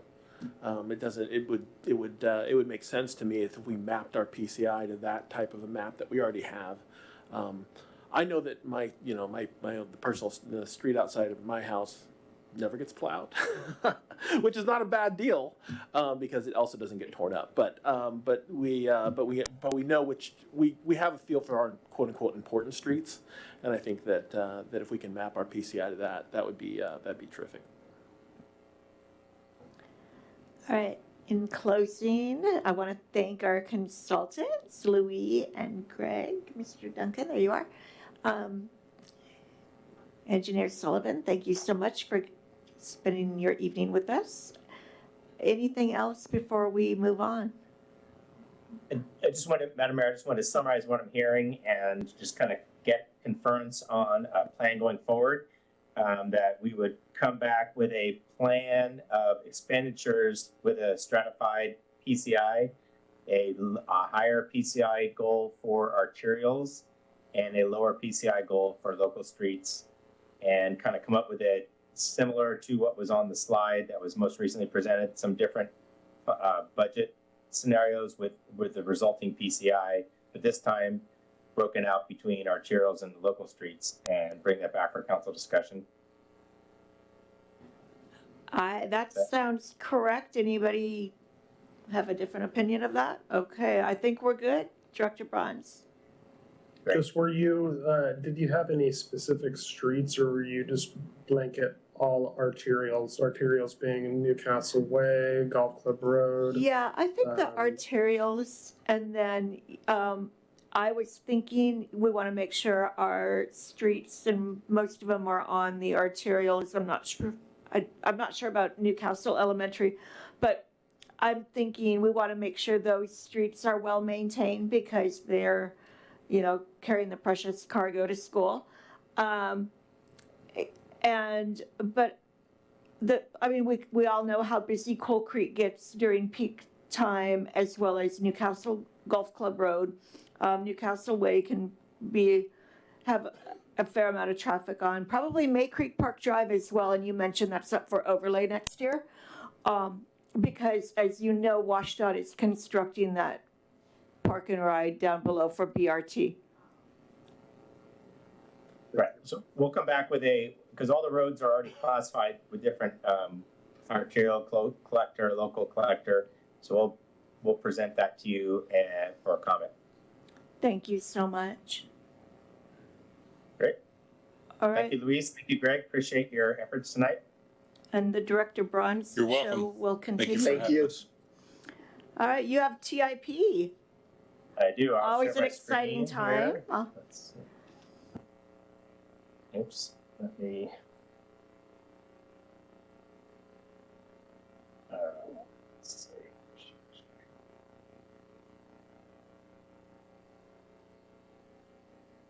And. All right. Is everybody seeing that okay? Oh, it's going into presenter mode. Let's see.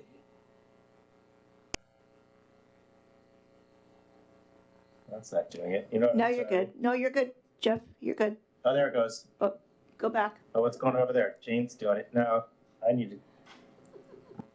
Sorry, we're getting some technical problems here.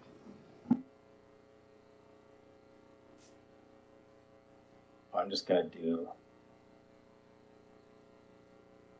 We're just gonna do it this way, because if I do it this way, it's gonna go into two screens. What, Jane? What are you doing? Are you doing the slides, or am I doing slides? You're doing the slides. You're not sharing them also, are you? No, I am not. Okay, sorry, I thought I saw something like that. All right, I lost my Zoom.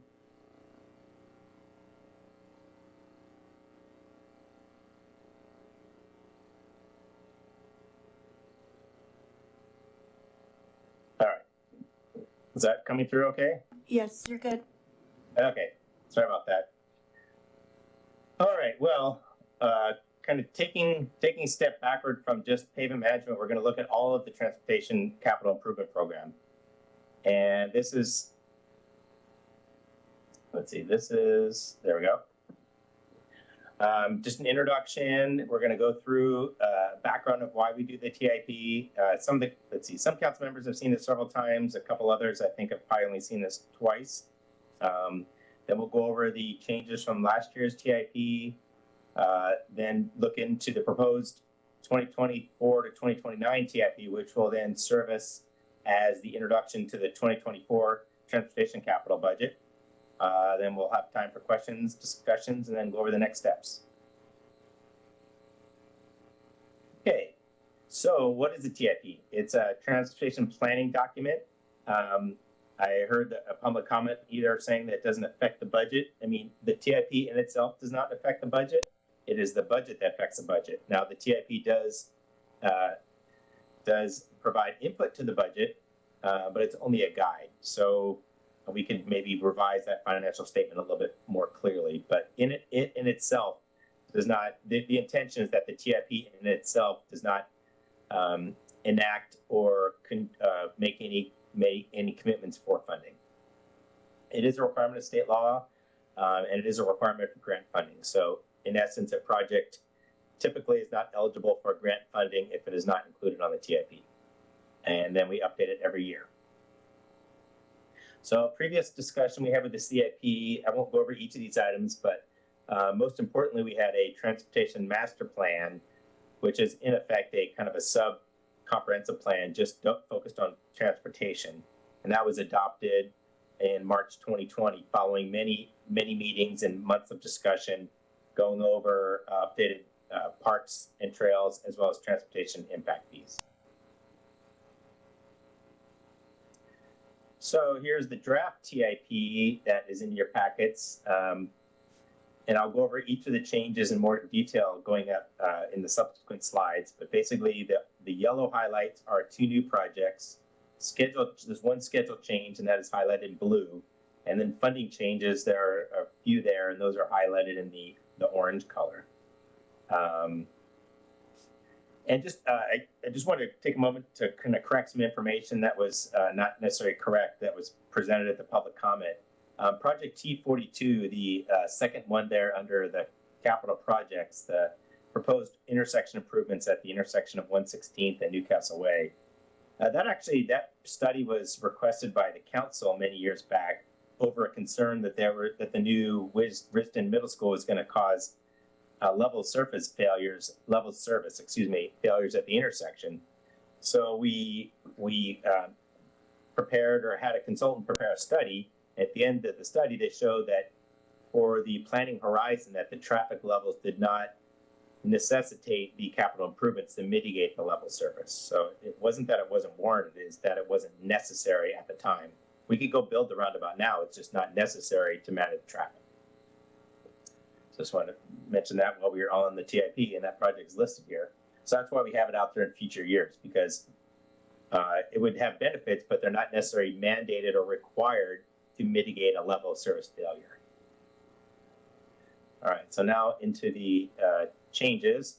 So we added two new projects, and these are in the this first one is in the comprehensive plan. Overall, the comprehensive plan has widening Newcastle Way throughout the entire limits of Newcastle, the city. So this is a segment of that project that will go from 119th Avenue Southeast, which is just basically where the Risdon widening ends, and then continue to 128th Avenue Southeast, which is just west of City Hall. And then the project T67, which we have talked about before. There's actually a project in the comp plan that widens Newcastle Way from 84th to May Creek Park Drive. So this project could be construed as part of that. We've chosen to broke it out as a separate project as an intersection improvement.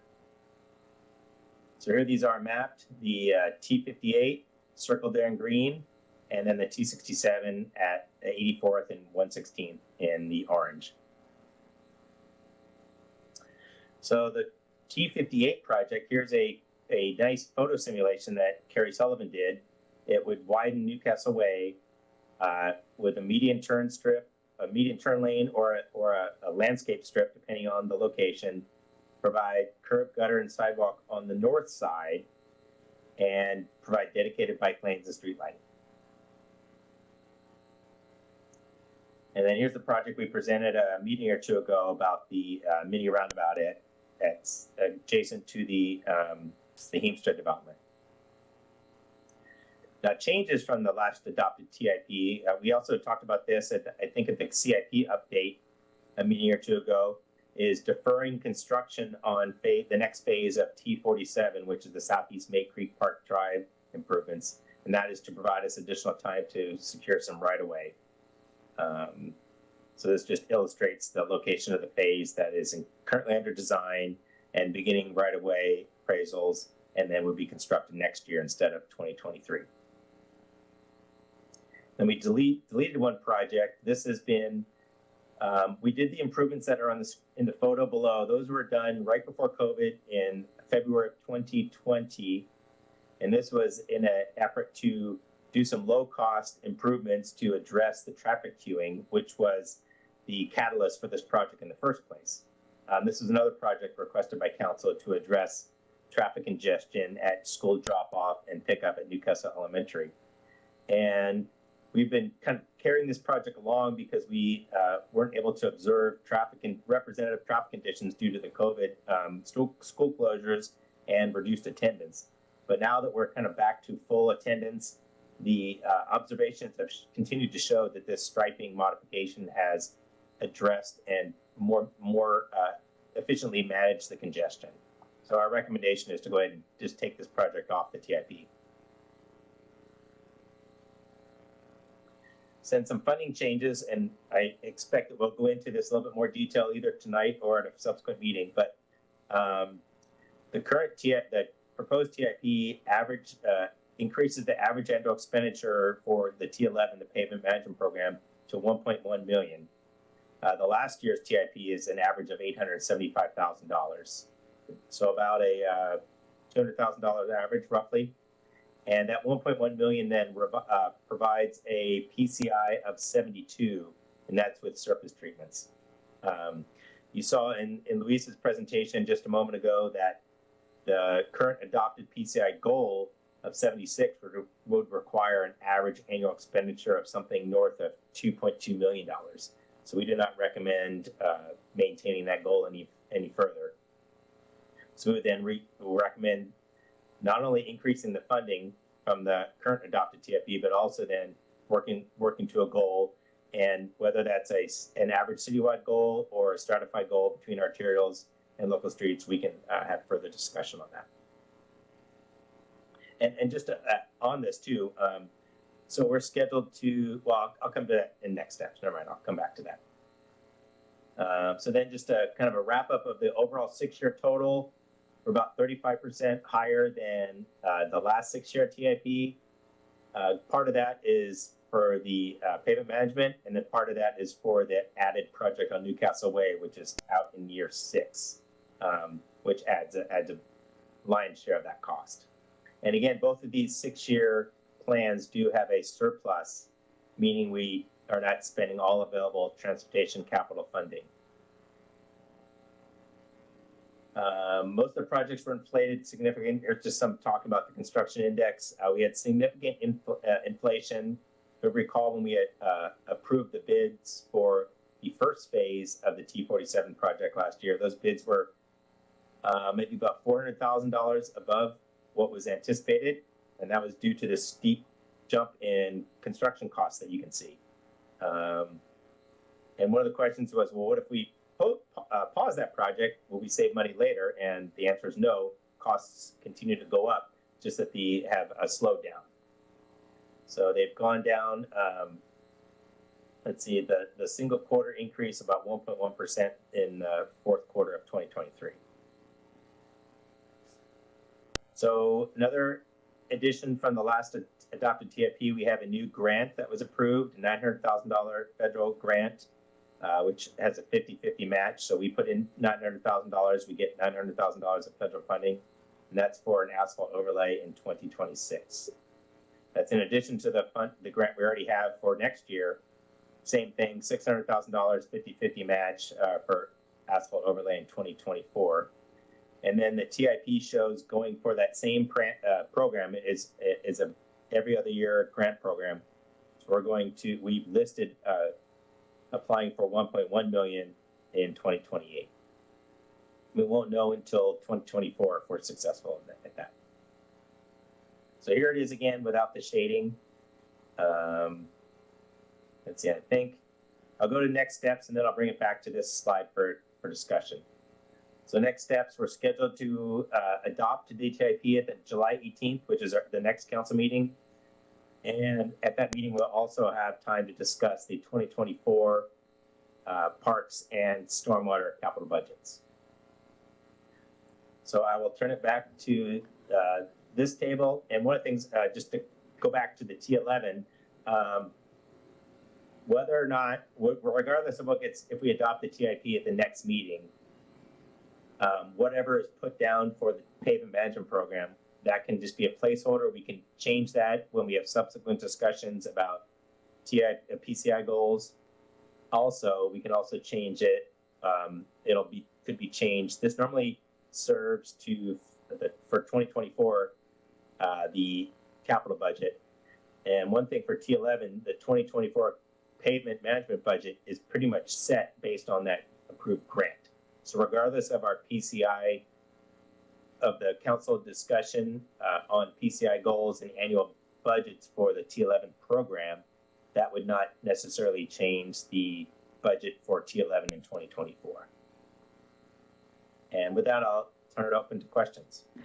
Thank you, Director Bronze. Councilmember Charbonneau, go ahead, please. Thank you, Madam Mayor. Yeah, thank you, Director Bronze. I had a couple quick ones for you and then one larger one. First one, is there any intention on further expanding the sort of high visibility crosswalk? A really good example of this one, I think, is right on Newcastle Way as you're going in front of, as you're passing Riston. There's some sort of high visibility reflective, I don't know the right word for it, metal to show people that there's a crosswalk there. Is there any, do we have any idea what cost would be to proliferate that to more crosswalks? And is there any intention to expand that to more crosswalks? The first, it's about $15,000, give or take, and we typically call that an enhanced crosswalk, and that means put there on the location you're referring to is right there on 116th, and we added a raised median as well as the rectangular rapid flashing beacons, which are the lights that blink rapidly in succession. So to put those two implements in, the RRFB signals and the raised median is about $15,000. And we fund those improvements out of the traffic calming budget, which is T10. So we show maintaining that budget at $70,000 per year. So that definitely has enough funding to put in a couple of those per year. One of the things we want to be is consistent for driver expectation. So the reason that one was installed there at Riston was because there was a raised crosswalk with a RRFB that was installed with Riston on Newcastle Way at 119th. There's another one that got put in indirectly through the construction of TRIA. It doesn't have a median, but it does have RRFBs on Newcastle Way at just west of City Hall. So then it comes down to, the being consistent for driver expectations, and then also where we have the pedestrian crossing volumes. So another potential candidate might be the crosswalk in front of Hazelwood Elementary. That's probably at like 80. I'm not sure the name of the cross street, but there's a crosswalk there now, and it has some pedestrian flags, but it does not have either RFB. That one could potentially have a median island as well. Is there a big difference between the cost of the raised median and the high vis? Like, does one cost a lot more than the other? Whereas it would make sense to do a higher quantity of. Is the high vis just the brighter green signs? Is that what you mean? I'm not. I mean, what you were describing, the flashing beacon that you're describing. Yeah, those are about $10,000. I think it depends on the location. We have King County typically puts those in for us, so we don't necessarily have a bid price. It's their staffing charges and equipment charges as they come in. But about $15,000 is a good planning number to use for that. And depending on the length of the cross, you might look at putting in a median refuge island. So if it was a shorter crosswalk, like on Newcastle Way near City Hall, obviously you wouldn't need a median refuge island, but in a wider 3-lane with a median turn lane, it's a good idea to put them in to kind of lower that crossing distance. Awesome. Thank you. Yeah, so I'd be definitely interested in exploring to continue to do that and proliferate that to more sidewalks, and then to more crosswalks. I think that's a great thing, especially near where there will be a high volume of kids crossing. And then I want to ask too about bollards for bike lanes. Similar question, cost with that. I think if you can create a physical barrier between, I know I'm preaching to the choir with you, Director Bronze, but if you can create a physical barrier between cyclists and motorists rather than just a painted line, that's safer. So have we explored that at all, and what would a potential cost be? We've not explored or considered that. Primarily, due to it prevents the ability to sweep the streets then. And it becomes quite a maintenance issue when they inevitably get hit. So it's not so much a cost issue, it's more of a maintenance concern. And also we don't, other than Coal Creek Parkway, we don't have continuous bike lanes on many of our arterials. Coal Creek Park would be the best place to put one, but there's no, the roadway as currently configured couldn't accommodate that. Typically when you put those in, you need to have more than, you don't just put the raised tubular delineators on top of the stripe, because that becomes a little bit of an impediment to the cyclist. You want to have a little bit of a buffer there, even if it's just a foot or two, as opposed to the 6-inch pavement striping. So we can certainly talk about this. I'm not right off the top of my head. I don't know of any applicable any locations that we could accommodate that with the current configured roadway. Okay, thank you. I appreciate it. Yeah, I just wanted to know what logistics of that, but appreciate that. And then, sorry, I swear this is my last one. So you presented to us, it was quite a while ago now, a plan when we were discussing usage of ARPA funds with a traffic light to, essentially, it's for us, the colloquial way to describe it would be the left turn out of Tapatio. Right. Yeah, So that's on the TIP. That's that is, E44. You're talking about the Yes. Hawk signal? Yep. Thank you, Carrie. Yes, So- that's currently slated right now for design and construction in 2028. Thank you. I appreciate you putting that out. So what I would like to, and I'm prepared to make a motion if it's needed, but providing action, I would like to, and I say this consciously knowing it's something that has been put together before by staff, so hoping it will not be too big of an ask of staff. I would like to have, when we're discussing the final transportation plan at the July 18th City Council meeting, I'd like to revisit options for using ARPA funding for that potential traffic light. And I'm happy to make that into a motion if that it would be needed, or if that's just feedback I can directly provide to staff and they're okay with doing that. Yeah, I think feedback and then general council, council discussion, I think it doesn't necessarily require a motion. I would defer to the mayor and or the clerk how they'd want to memorialize that. I think if there's a general consensus amongst council to entertain that, we could then just take that as noted and bring that back with the proposed final TIP for adoption. Now, would it be funding or just changing the schedule? Because Yeah, I wanted to clarify. Yeah, I would be interested in doing that earlier than 2028. right, I think that's it. Because as far as I know, there's no ARPA funding that's available for capital at this point.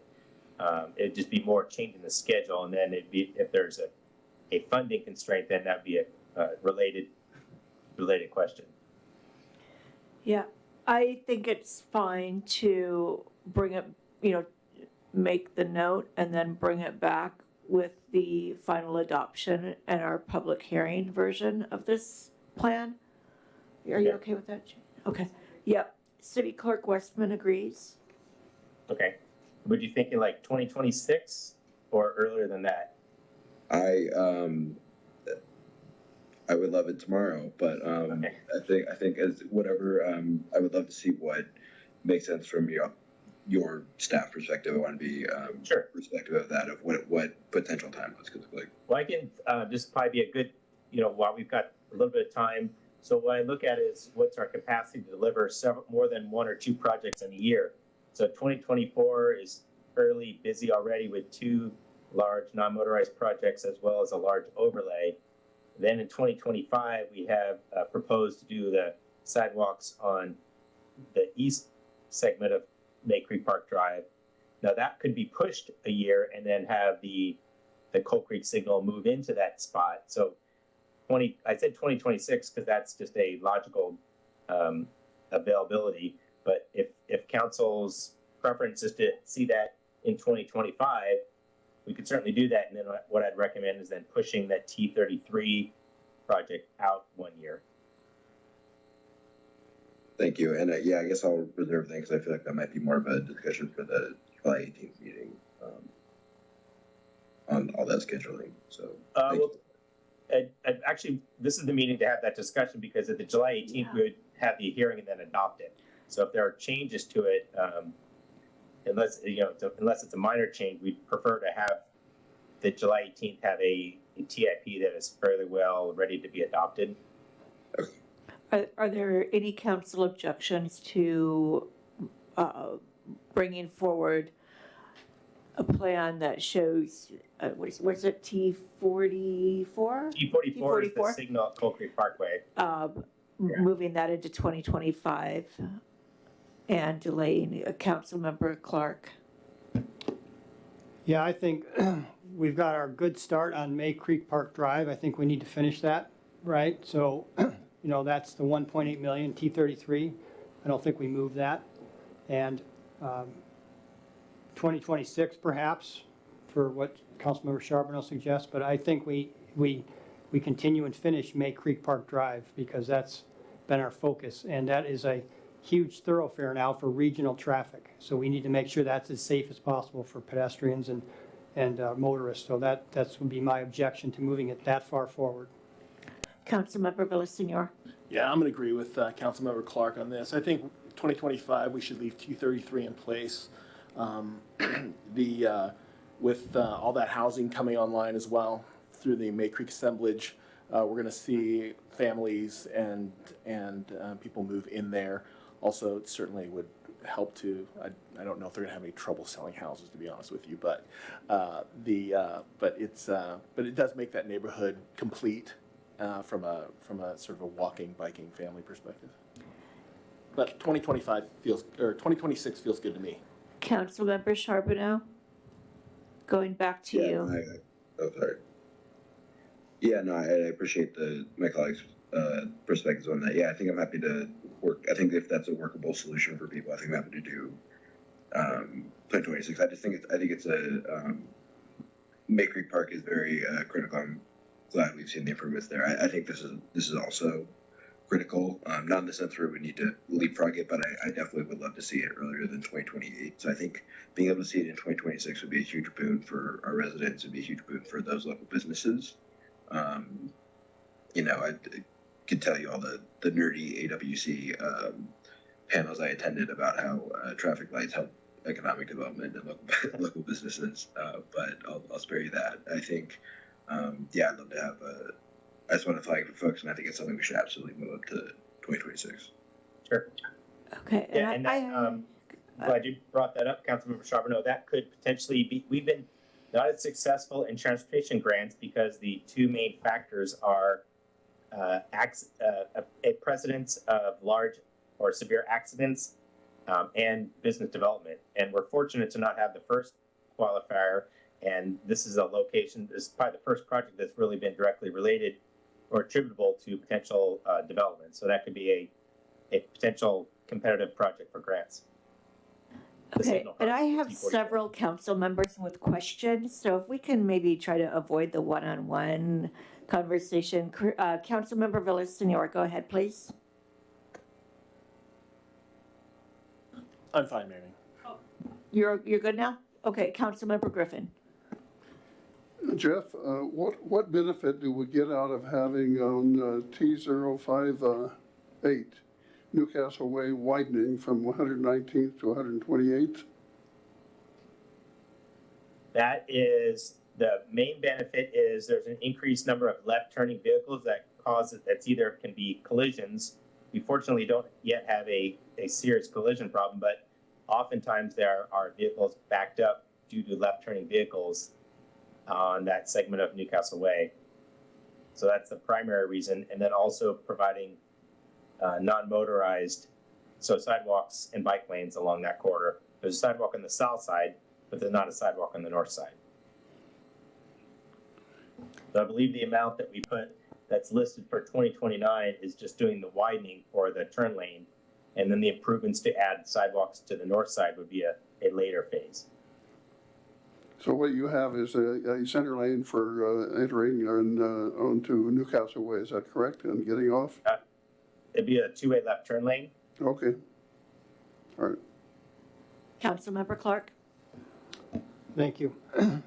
Director Bronze, if we moved up the turn signal like that Councilmember Charbonneau suggests, there's also Southeast 76th, which is would that get bumped or would that remain in 2026? Because that is a super dangerous road with, especially now that there's new changes down at exit 7.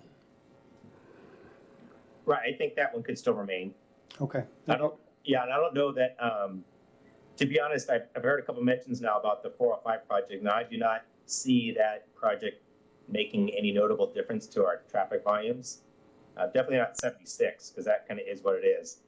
And then May Creek Park Drive, it's my understanding that there's not a funded park and ride lot yet. There's going to be a direct access ramp for transit, but there's not a funded park and ride lot yet at that interchange. So it's something we'll continue to monitor. But to answer your question, yes, I don't think that there would be a need to change the schedule of that project on 76th. Yeah, and 76th only goes to tie in the existing sidewalk gap, so it doesn't go all the way down the hill. Okay, Deputy Mayor Sherlock. Thank you. I was wondering if you, Director Bronze, if you could maybe tell us how you think the earlier motion that was made and passed about,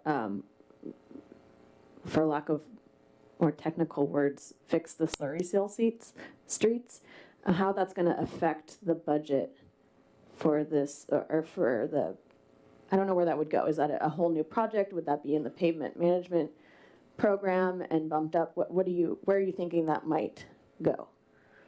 So it would, the easiest question, it would still remain in T11. And so 2024 and our 2026 program are locked in unless otherwise, to do otherwise would jeopardize an approved federal grant. So 2024, 2026 are out of the question. So we could accommodate that work either in 2025 or 2027 or a combination. So the funding, the amount shown that listed there is not enough to repave, to grind and overlay these streets that were slurry sealed last year. That would be approximately $1.5 to $1.8 million. So if we broke that up into two different projects, that's still 2025 plus 2027, that's 1.3 million. So that would still be a little short. So we'd have to increase the expenditure for that.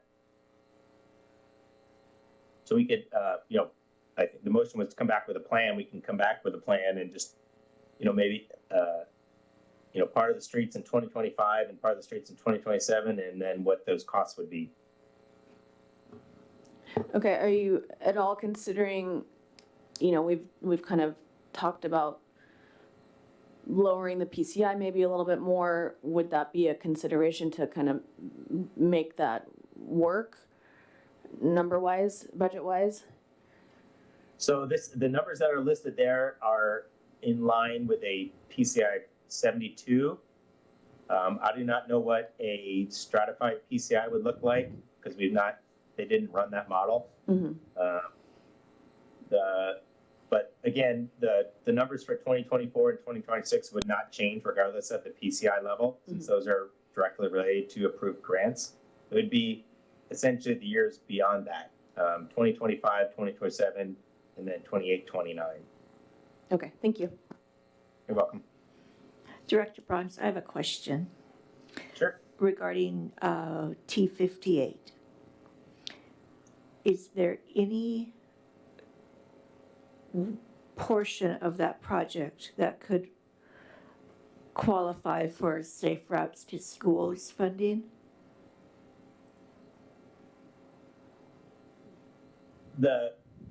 On the surface, I do not know. Safe Routes to School. So since there's already a sidewalk on the south side, Yeah. It would have to go to the north side, and that would be, I'm not sure. The north side would probably not serve students going to Risden because they would be most likely the north side sidewalk would serve people coming from the streets that go to the north, which wouldn't be in the Renton School District. But there's a portion of 119th that is in the Renton School District. I know, I'm stretching it. outside of Bell. Well, if It's there is in- 119th, or no, actually 119th doesn't have a sidewalk there. It's actually Yeah. part of Bellevue. Okay, yeah, we can look into that. Okay. It's okay if you tell me I'm stretching it. I'm good with that. Sure. No, we'll look. Okay, thank you. Councilmember Villasenor. No, just to add on to your comment, I know that there are a number of students and bus stops as well that serve the Renton School District that are north of Newcastle Way. So for a number of blocks, there are a number of students who use Risden, and so just saying. All right. Director Bronze, do you have everything you need from us? I do. Yes. Okay. Thank you very much. All right. So we'll come. So I'll go to the next steps here. So just a recap, we will come back with a revised TIP, which will show changes to T44 and potentially, probably not changes to T11 at this point.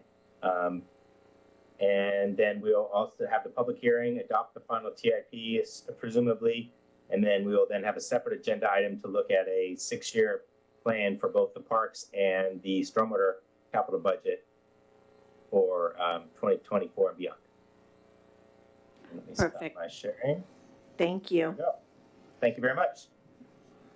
Okay, moving on to additional public comment. Anyone in the audience wishing to make public comment? We have. Okay.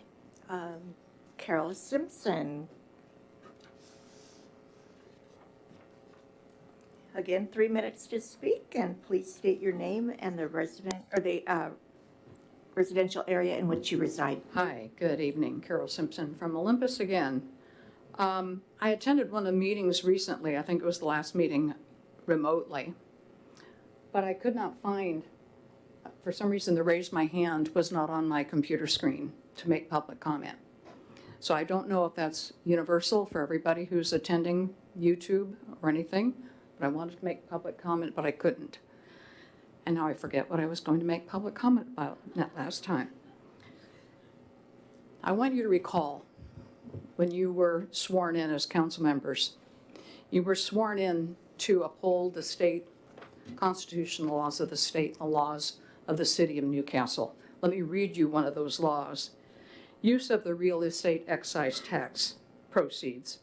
All proceeds from the tax imposed by this section shall be placed in the city's real estate excise tax fund and shall be used solely for the financing of capital projects as defined in RCW 460106, as the same exists or may hereinafter be amended, specified in the capital facilities plan element of the city's comprehensive plan, or for housing relocation assistance under RCW 5918-440 and 5918-450. You just broke your vow. You broke the law of your city, you broke the law of the state by allocating funds for a project that is not in your comprehensive plan. One of the things I think is so reprehensible is people running for council because they have a pet project that they want to do. It's not in the comprehensive plan, it hasn't been studied, it hasn't been approved by a public process that involves all of us, not just you, your city, the people you represent or you purport to represent. You just did an illegal action.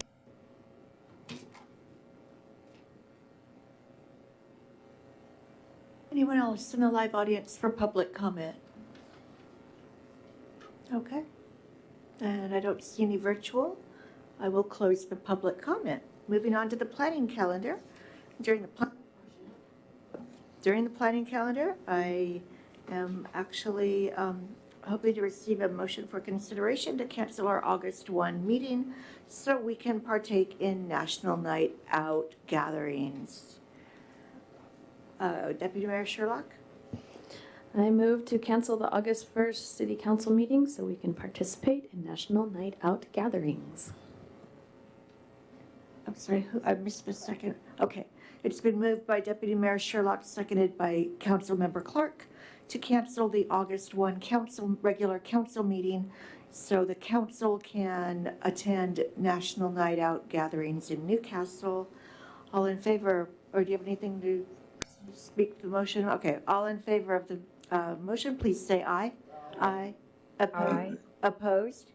Motion carries 7-0. All right, now I'll turn the remainder of the planning calendar over to City Manager Pingle. Just looking towards the July 18th meeting,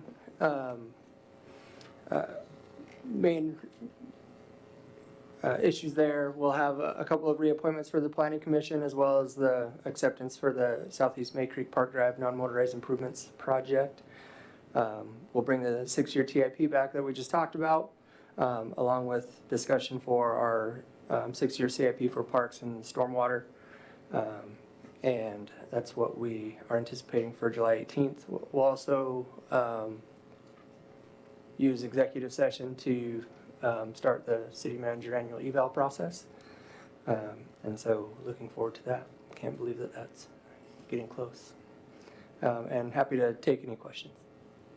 Any questions for City Manager Pingle? Okay, seeing none, we'll call it a night. This meeting's adjourned.